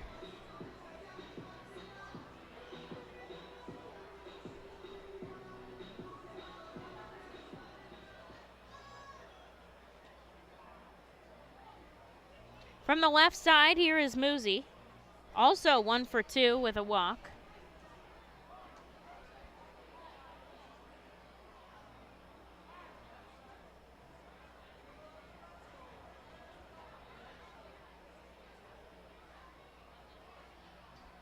Simone punches this down the left field line sharply but foul. And now he's down 0-2 in the count. Waiting on deck is Vito Friscia.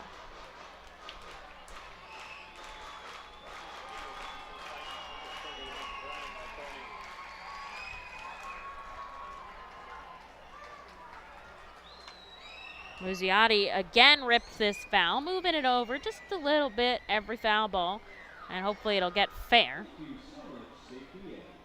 Drop in right at that line. Tied up 2-2 here in the bottom of the 8th at America's Classic Ballpark. Jennings deals. This is in the dirt. 1-2.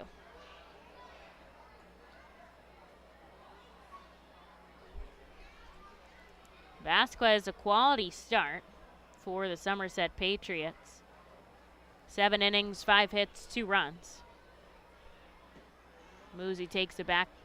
Fastball, 95 out of the righty Jennings. 2-2.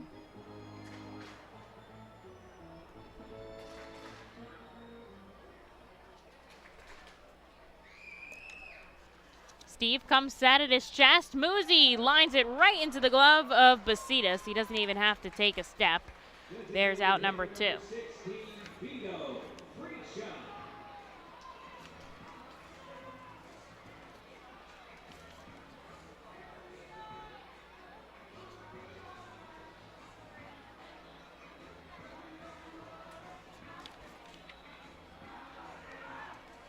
And now it's all on the shoulders of Vito Freesia if they want to do it here and now.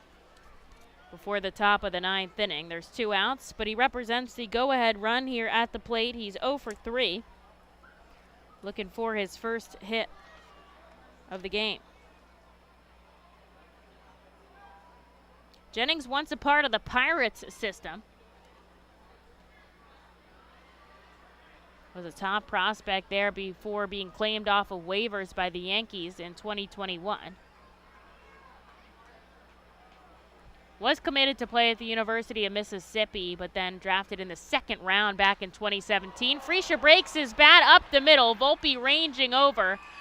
And 3 straight outs of Fightin' Phils go down in order. They have not had a base runner since the 5th inning.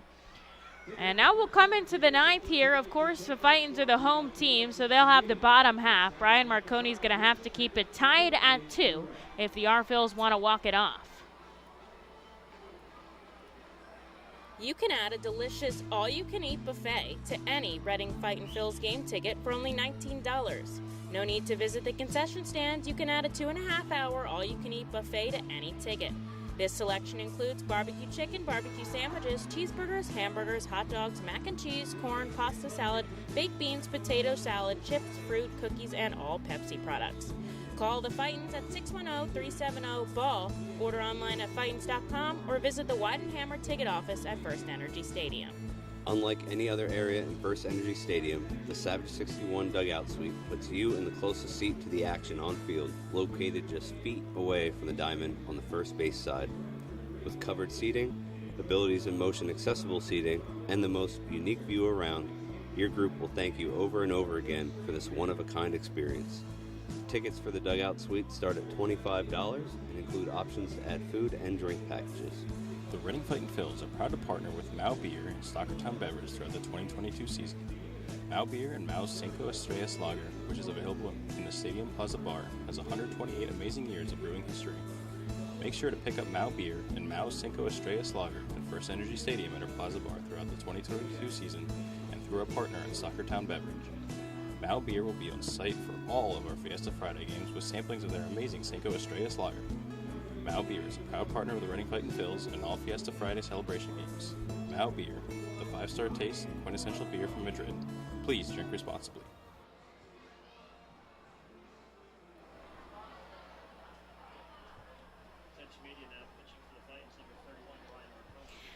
Here we go into the 9th inning in Baseball Town. If the R-Phils want to walk it off in the bottom half, because we are tied at 2 apiece, they are going to have to keep it tied at 2 apiece. And they'll send Brian Marconi in to see Rodolfo Duran, Michael Beltre, and Chad Bell. First pitch to Duran, sent high in the sky in shallow center. Ortiz chasing it, but it's Kevin Vicuña who makes the over-the-shoulder grab on the run. Tough play, but they communicated well enough that one of them picked it up. And there's out number 1. All right.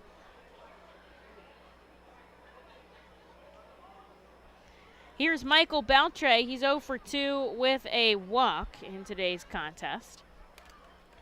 Reading 2 runs on 5 hits. Somerset 2 runs on 7 hits. The Fightin' Phils led until the top of the 8th inning here. And they'd love an opportunity to come back in the bottom of the 9th. Marconi leans over. Gets the sign from Jack Conley. Here's the 0-1. Sent foul by Beltre. 0-2.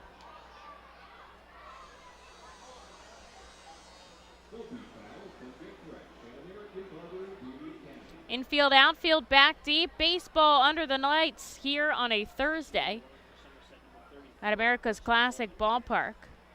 Marconi with the big leg kick. Guzman tries to get a glove on it, but it trickles in to the outfield. And Michael Beltre gets himself aboard first. That's the go-ahead run here with one out. Chad Bell is coming up. Played a significant role in this contest, a solo shot in the 5th. Also has made some serious plays over at first.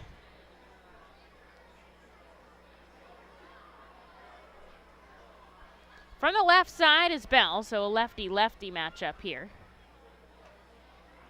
91 out of Marconi for a swinging strike. When Reading comes up in the bottom half, they'll see Ortiz, Corridor, and Rijo. But first, we've got to get through this top half.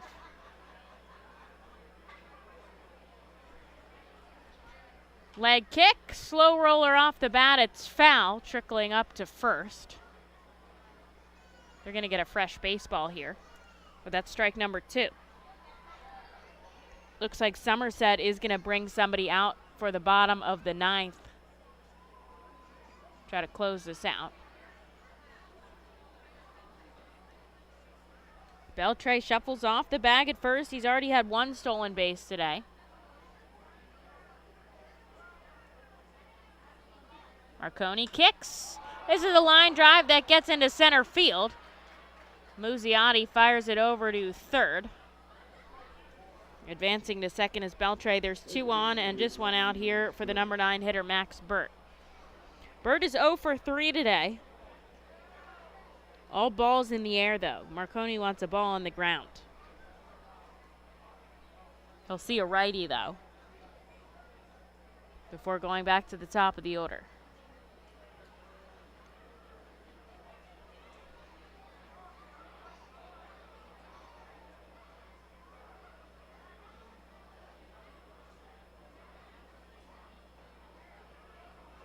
There's a looper that misses outside. 1-0. Somerset threatening here in the top of the 9th. It's 2-2. Marconi trying to get out of it. This one misses inside. 2 balls and no strikes. Derek Hall has a second home run here in his second game as a big fill. So both of his 2 professional hits are 2 home runs as the Phillies lead 14-4 over the Atlanta Braves. And Mark Appel in to close it out, his second game in a row. Marconi looks to hit, but he misses outside. 3-0. There is a base open. You do not want to load them for Anthony Volpe.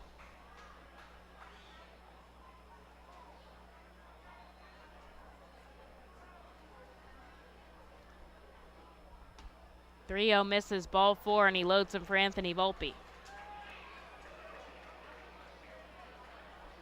Beltre to third, Bell to second, and Max Burt to first. And now we're going to see a visit from the manager, Sean Williams. He's going to come out. He's going to give a couple of words of encouragement, trying to get the job done. There's still a chance to get out of this frame here without any damage done. And most importantly, Sean is also going to go over the defensive positioning here, where he wants everybody to be for Anthony Volpe, who's 1 for 4 today, but the 1 was the most important one, a double in the 8th, and he scored Somerset's second run of the contest. And that's what tied us up here at 2. As Sean is going to jog back into the dugout, everybody's going to go back into their spots here. And Marconi has some work to do against the Yankees' number 1 prospect.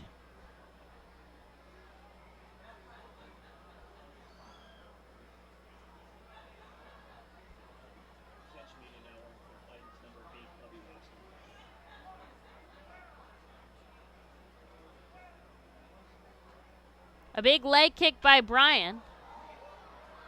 And Volpe sends this foul.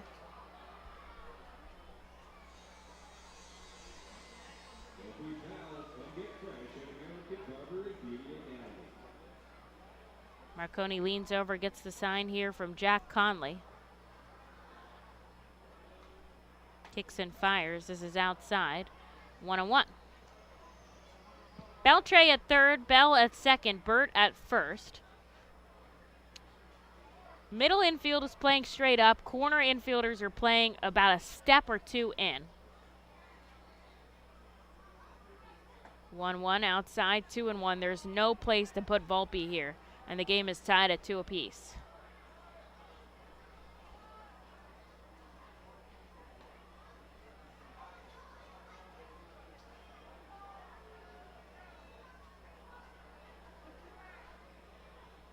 Bryant comes home, and he gets a swinging strike out of Anthony. The crowd is cheering him on here at FirstEnergy Stadium.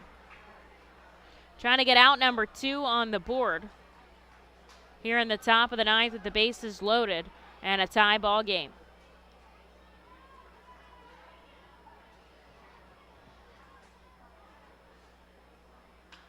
Ground ball up the middle, and it's going to get through. They were playing in. 1 run will score. Play at the plate is no good. 2 runs will score, and Somerset leads 4-2. And Somerset has quietly erupted here. 4 runs on 10 hits. And they've done most of the damage in the 8th and the 9th now as the inning continues. With 2 runners on and just 1 out.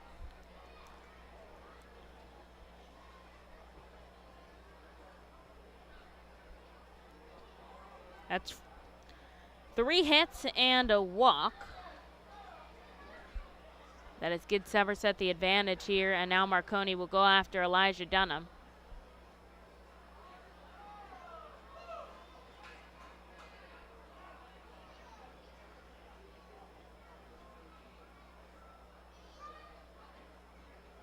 This one hits the inside, 0-1.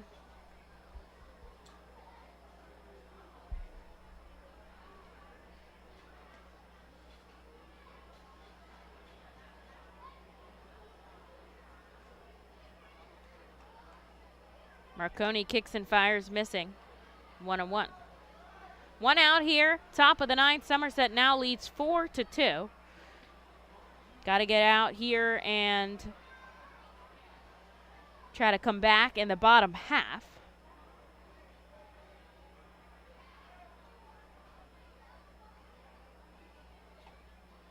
Marconi goes off speed, and he gets Dunham to chase. 1-2.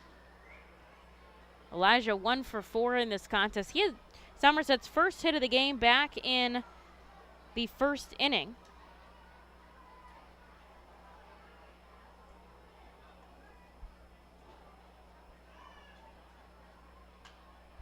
This is a pop-up. Couple steps in the outfield for Jonathan Guzman. He makes the catch. Runners do not advance for out number 2.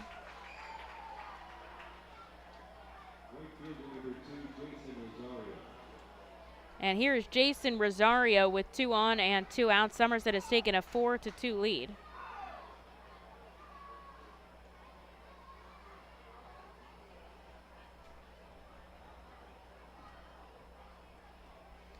A little bit of a shift on for the lefty Rosario. He's had 2 hits his last 2 times up. Also caught stealing, though, by Tyler McKay. There's ball 1 on the outside corner.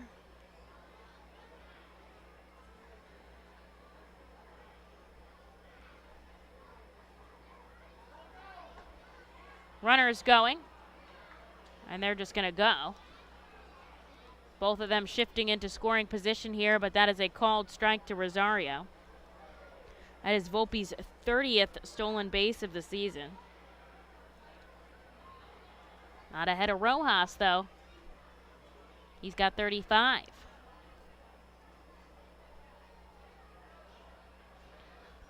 Lefty hits inside. Rosario bounces back. 2 balls and a strike. And Lehigh Valley has the same problem as us. They're tied up in the top of the 9th, except the top of the 9th is they're away. So the home team will get to bat in the bottom half. And Marconi hits this one 2-2.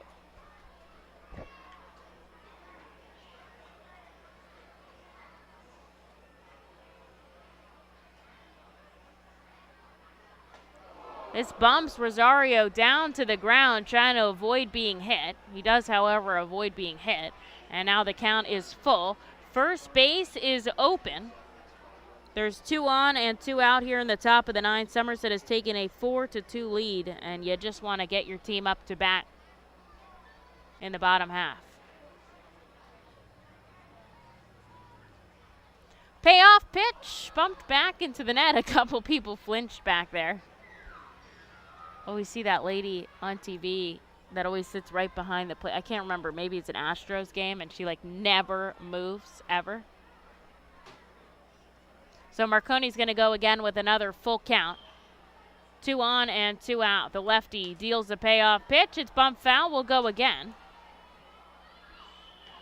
Long at bat here for Jason Rosario. Pitch number 8 impending.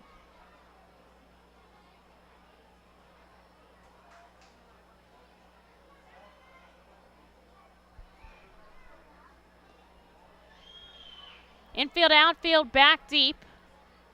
2 outs on the board. The payoff pitch is ball 4 inside, and a walk him to load the bases for the second time in this inning.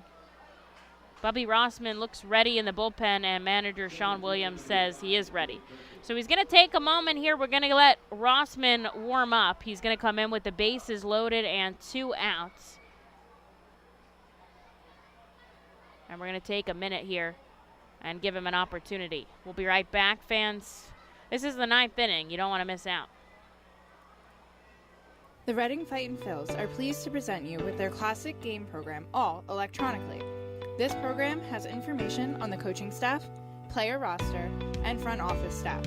It also includes feature stories and alumni reports on all of your favorite guys who spent time in baseball town. Visit ourphils.com/programs to check it out. Our Phils fans can continue to expect great performances all season long on the Burke's commercial roofing stage. It's the home of great local talent, including the Our Phils mascot band. Burke's Commercial Roofing prides itself on being a locally owned and operated company that puts an emphasis on customer service. They provide free on-site estimates and can handle any size repair, restoration, or replacement. Visit burkscommercialroofing.com or call 610-717-3949 for more information. And don't forget to sit back, relax, and enjoy the show at the Burke's Commercial Roofing stage at America's Classic Ballpark. At Savage 61, our goal is to assist you in making a confident decision. Our friendly professional staff members are available to answer your questions and listen to your needs. Whether you're shopping for a new or pre-owned vehicle, we're ready to help you with your search. Visit our dealership on Pottsville Pike.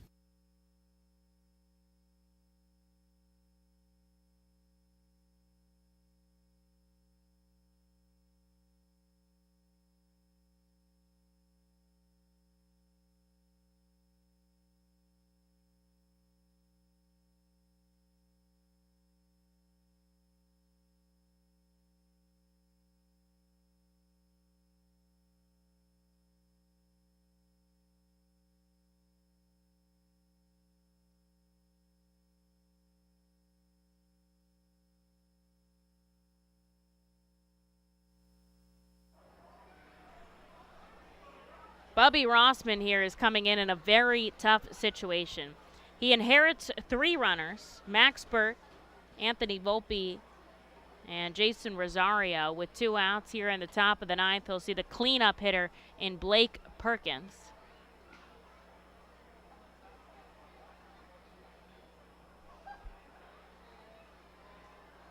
And he's got 2 outs, so he's got a chance. He's been very impressive.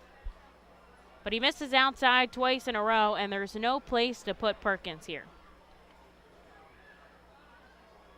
Rossman has inherited 8 runners this season. He's allowed 5 to score, but he's been really solid in the month of June. We've talked a lot about how he's lowered his ERA down in the 1s. He's missed above the letters 3 and 0. The Fightins have already allowed 2 runs to come across here, breaking this tie. Somerset leads 4-2. They don't want to allow any more damage than that.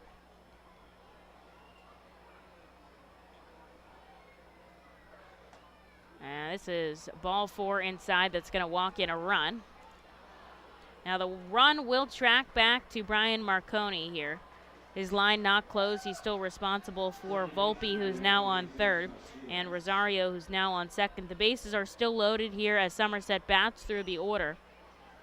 Here's Jesus Bastidas, the only one not to come up here. And he'll step in with the bases loaded and 2 outs. Just got a tweet from a fan that's listening. Mr. Hall, thank you for letting me know. That's the old lady in Toronto. A wild pitch gets past Jack Conley. Volpe's going to trot home. And there is run number 6.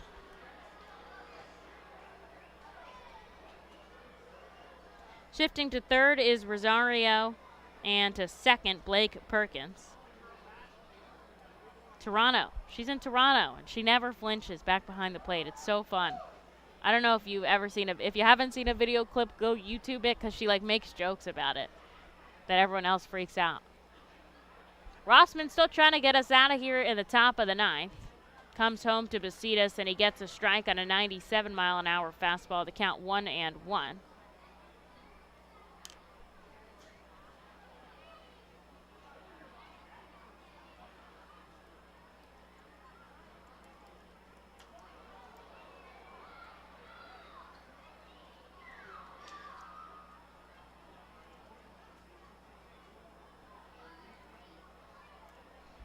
Foul ball back is strike 2. And now there's a chance to get out of this. Somerset now leads 6-2, but they put on 4 runs in the 9th. Reading to put on 4 runs in the 9th. Rossman gets a strikeout. Bastidas down on the count. Somerset strands 2 base runners, but they end up plating 4 runs. And so a lot of work to do for the Fightin' Phils here in the bottom of the 9th inning. They're down by 4.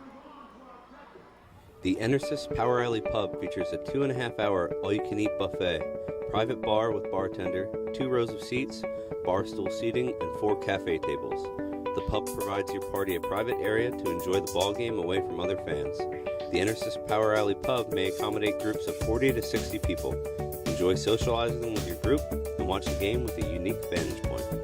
Highline Merchandising, formerly Textiles, is your local small business company that provides screen printing, design, and merchandising services for local, national, and international businesses, bands, shows, and festivals, including 7-time Emmy Award-winning show Schitt's Creek and Unsolved Mysteries. Visit our website at highlinemerchandising.com. Celebrate the history of our national pastime at the National Baseball Hall of Fame and Museum in Cooperstown. See priceless treasures that will bring your baseball memories to life.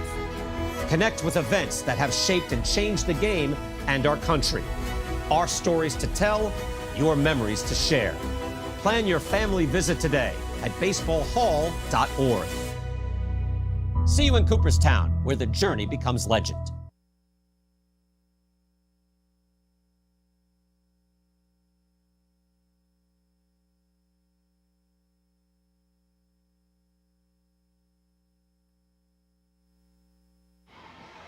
Bottom of the 9th inning, the R-Phils down 6-2 after kind of a little bit of a meltdown here at the ballpark. Somerset plating 4 runs on just 3 hits and a couple of walks. They had the bases loaded as they batted through the order in the top of the 9th. But just as easily as Somerset can put on 4, Reading is more than capable of putting on 4 here, tying it up and then some. They're going to turn to Carson Coleman here as the Fightins will send up Jalen Ortiz, Aldrum Corridor, and Wendell Rijo to try to get some damage done. Ortiz is 0 for 3 today, and I think he's about ready to unload.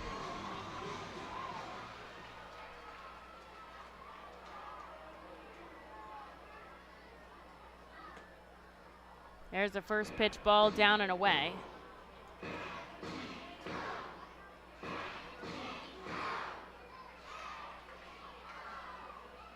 Righty Coleman, Ortiz, pop up, but he doesn't get enough on it. Anthony Volpe makes the catch. And there's out number 1. Oh, it felt good, but it just hung up in the air.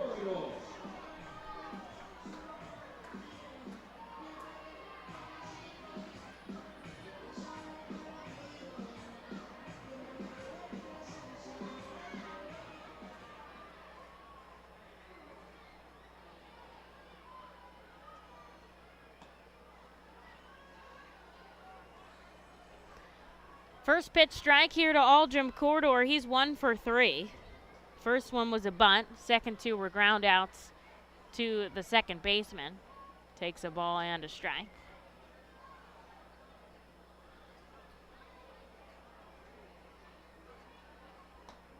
There's a pitch outside, 2-1.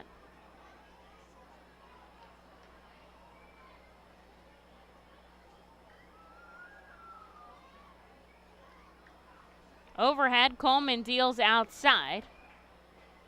3-1 now to Aldrum Corridor. Reading just looking to get somebody to get it started here.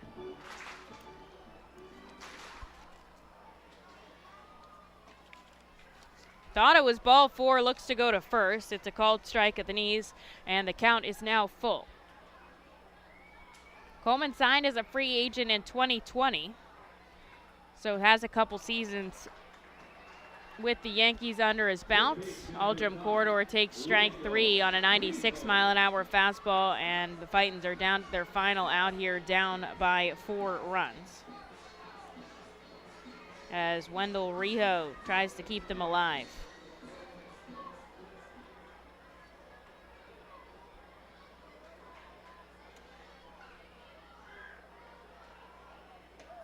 First pitch above the letters, ball number 1. Rijo 1 for 3, the double and a run scored on a wild pitch back in the second. That was when the R-Phils were leading this game. Now they trail 6-2.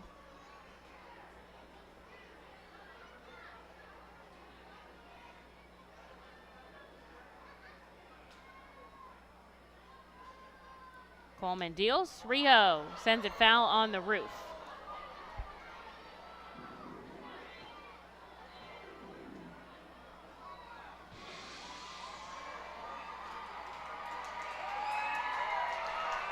Crowd wants to see some action happen. Rijo sends it right back to the pitcher, deflected off the glove of Carson Coleman. He's going to run it out at first. Crowd is roaring here for Wendell Rijo to keep this game alive. Should be awarded a base hit there. A 2-hit contest for Rijo, and now Jack Conley is up. Running down to their final out here, but they're still hanging on, down 6-4.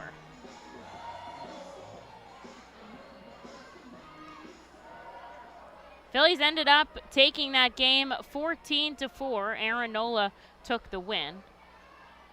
And Mark Capella, another clean inning. Jack Conley takes the ball outside. Lehigh Valley and Syracuse tied 6-6. They went into the 10th. As Jack takes a called strike, 1-1. Jersey Shore trailing 7-4. I think that game is just about wrapping up. It wrapped up. Box score loaded as I spoke. And the Thrashers beat the Flying Tigers 5-2. Conley takes another one on the outside corner. He can't believe it. A ball and 2 strikes here, 2 outs. Wendell Rijo out on first. The R-Phils down by 4 in the bottom of the 9th. Coleman deals way outside. Durant snags that out of the sky, 2-2.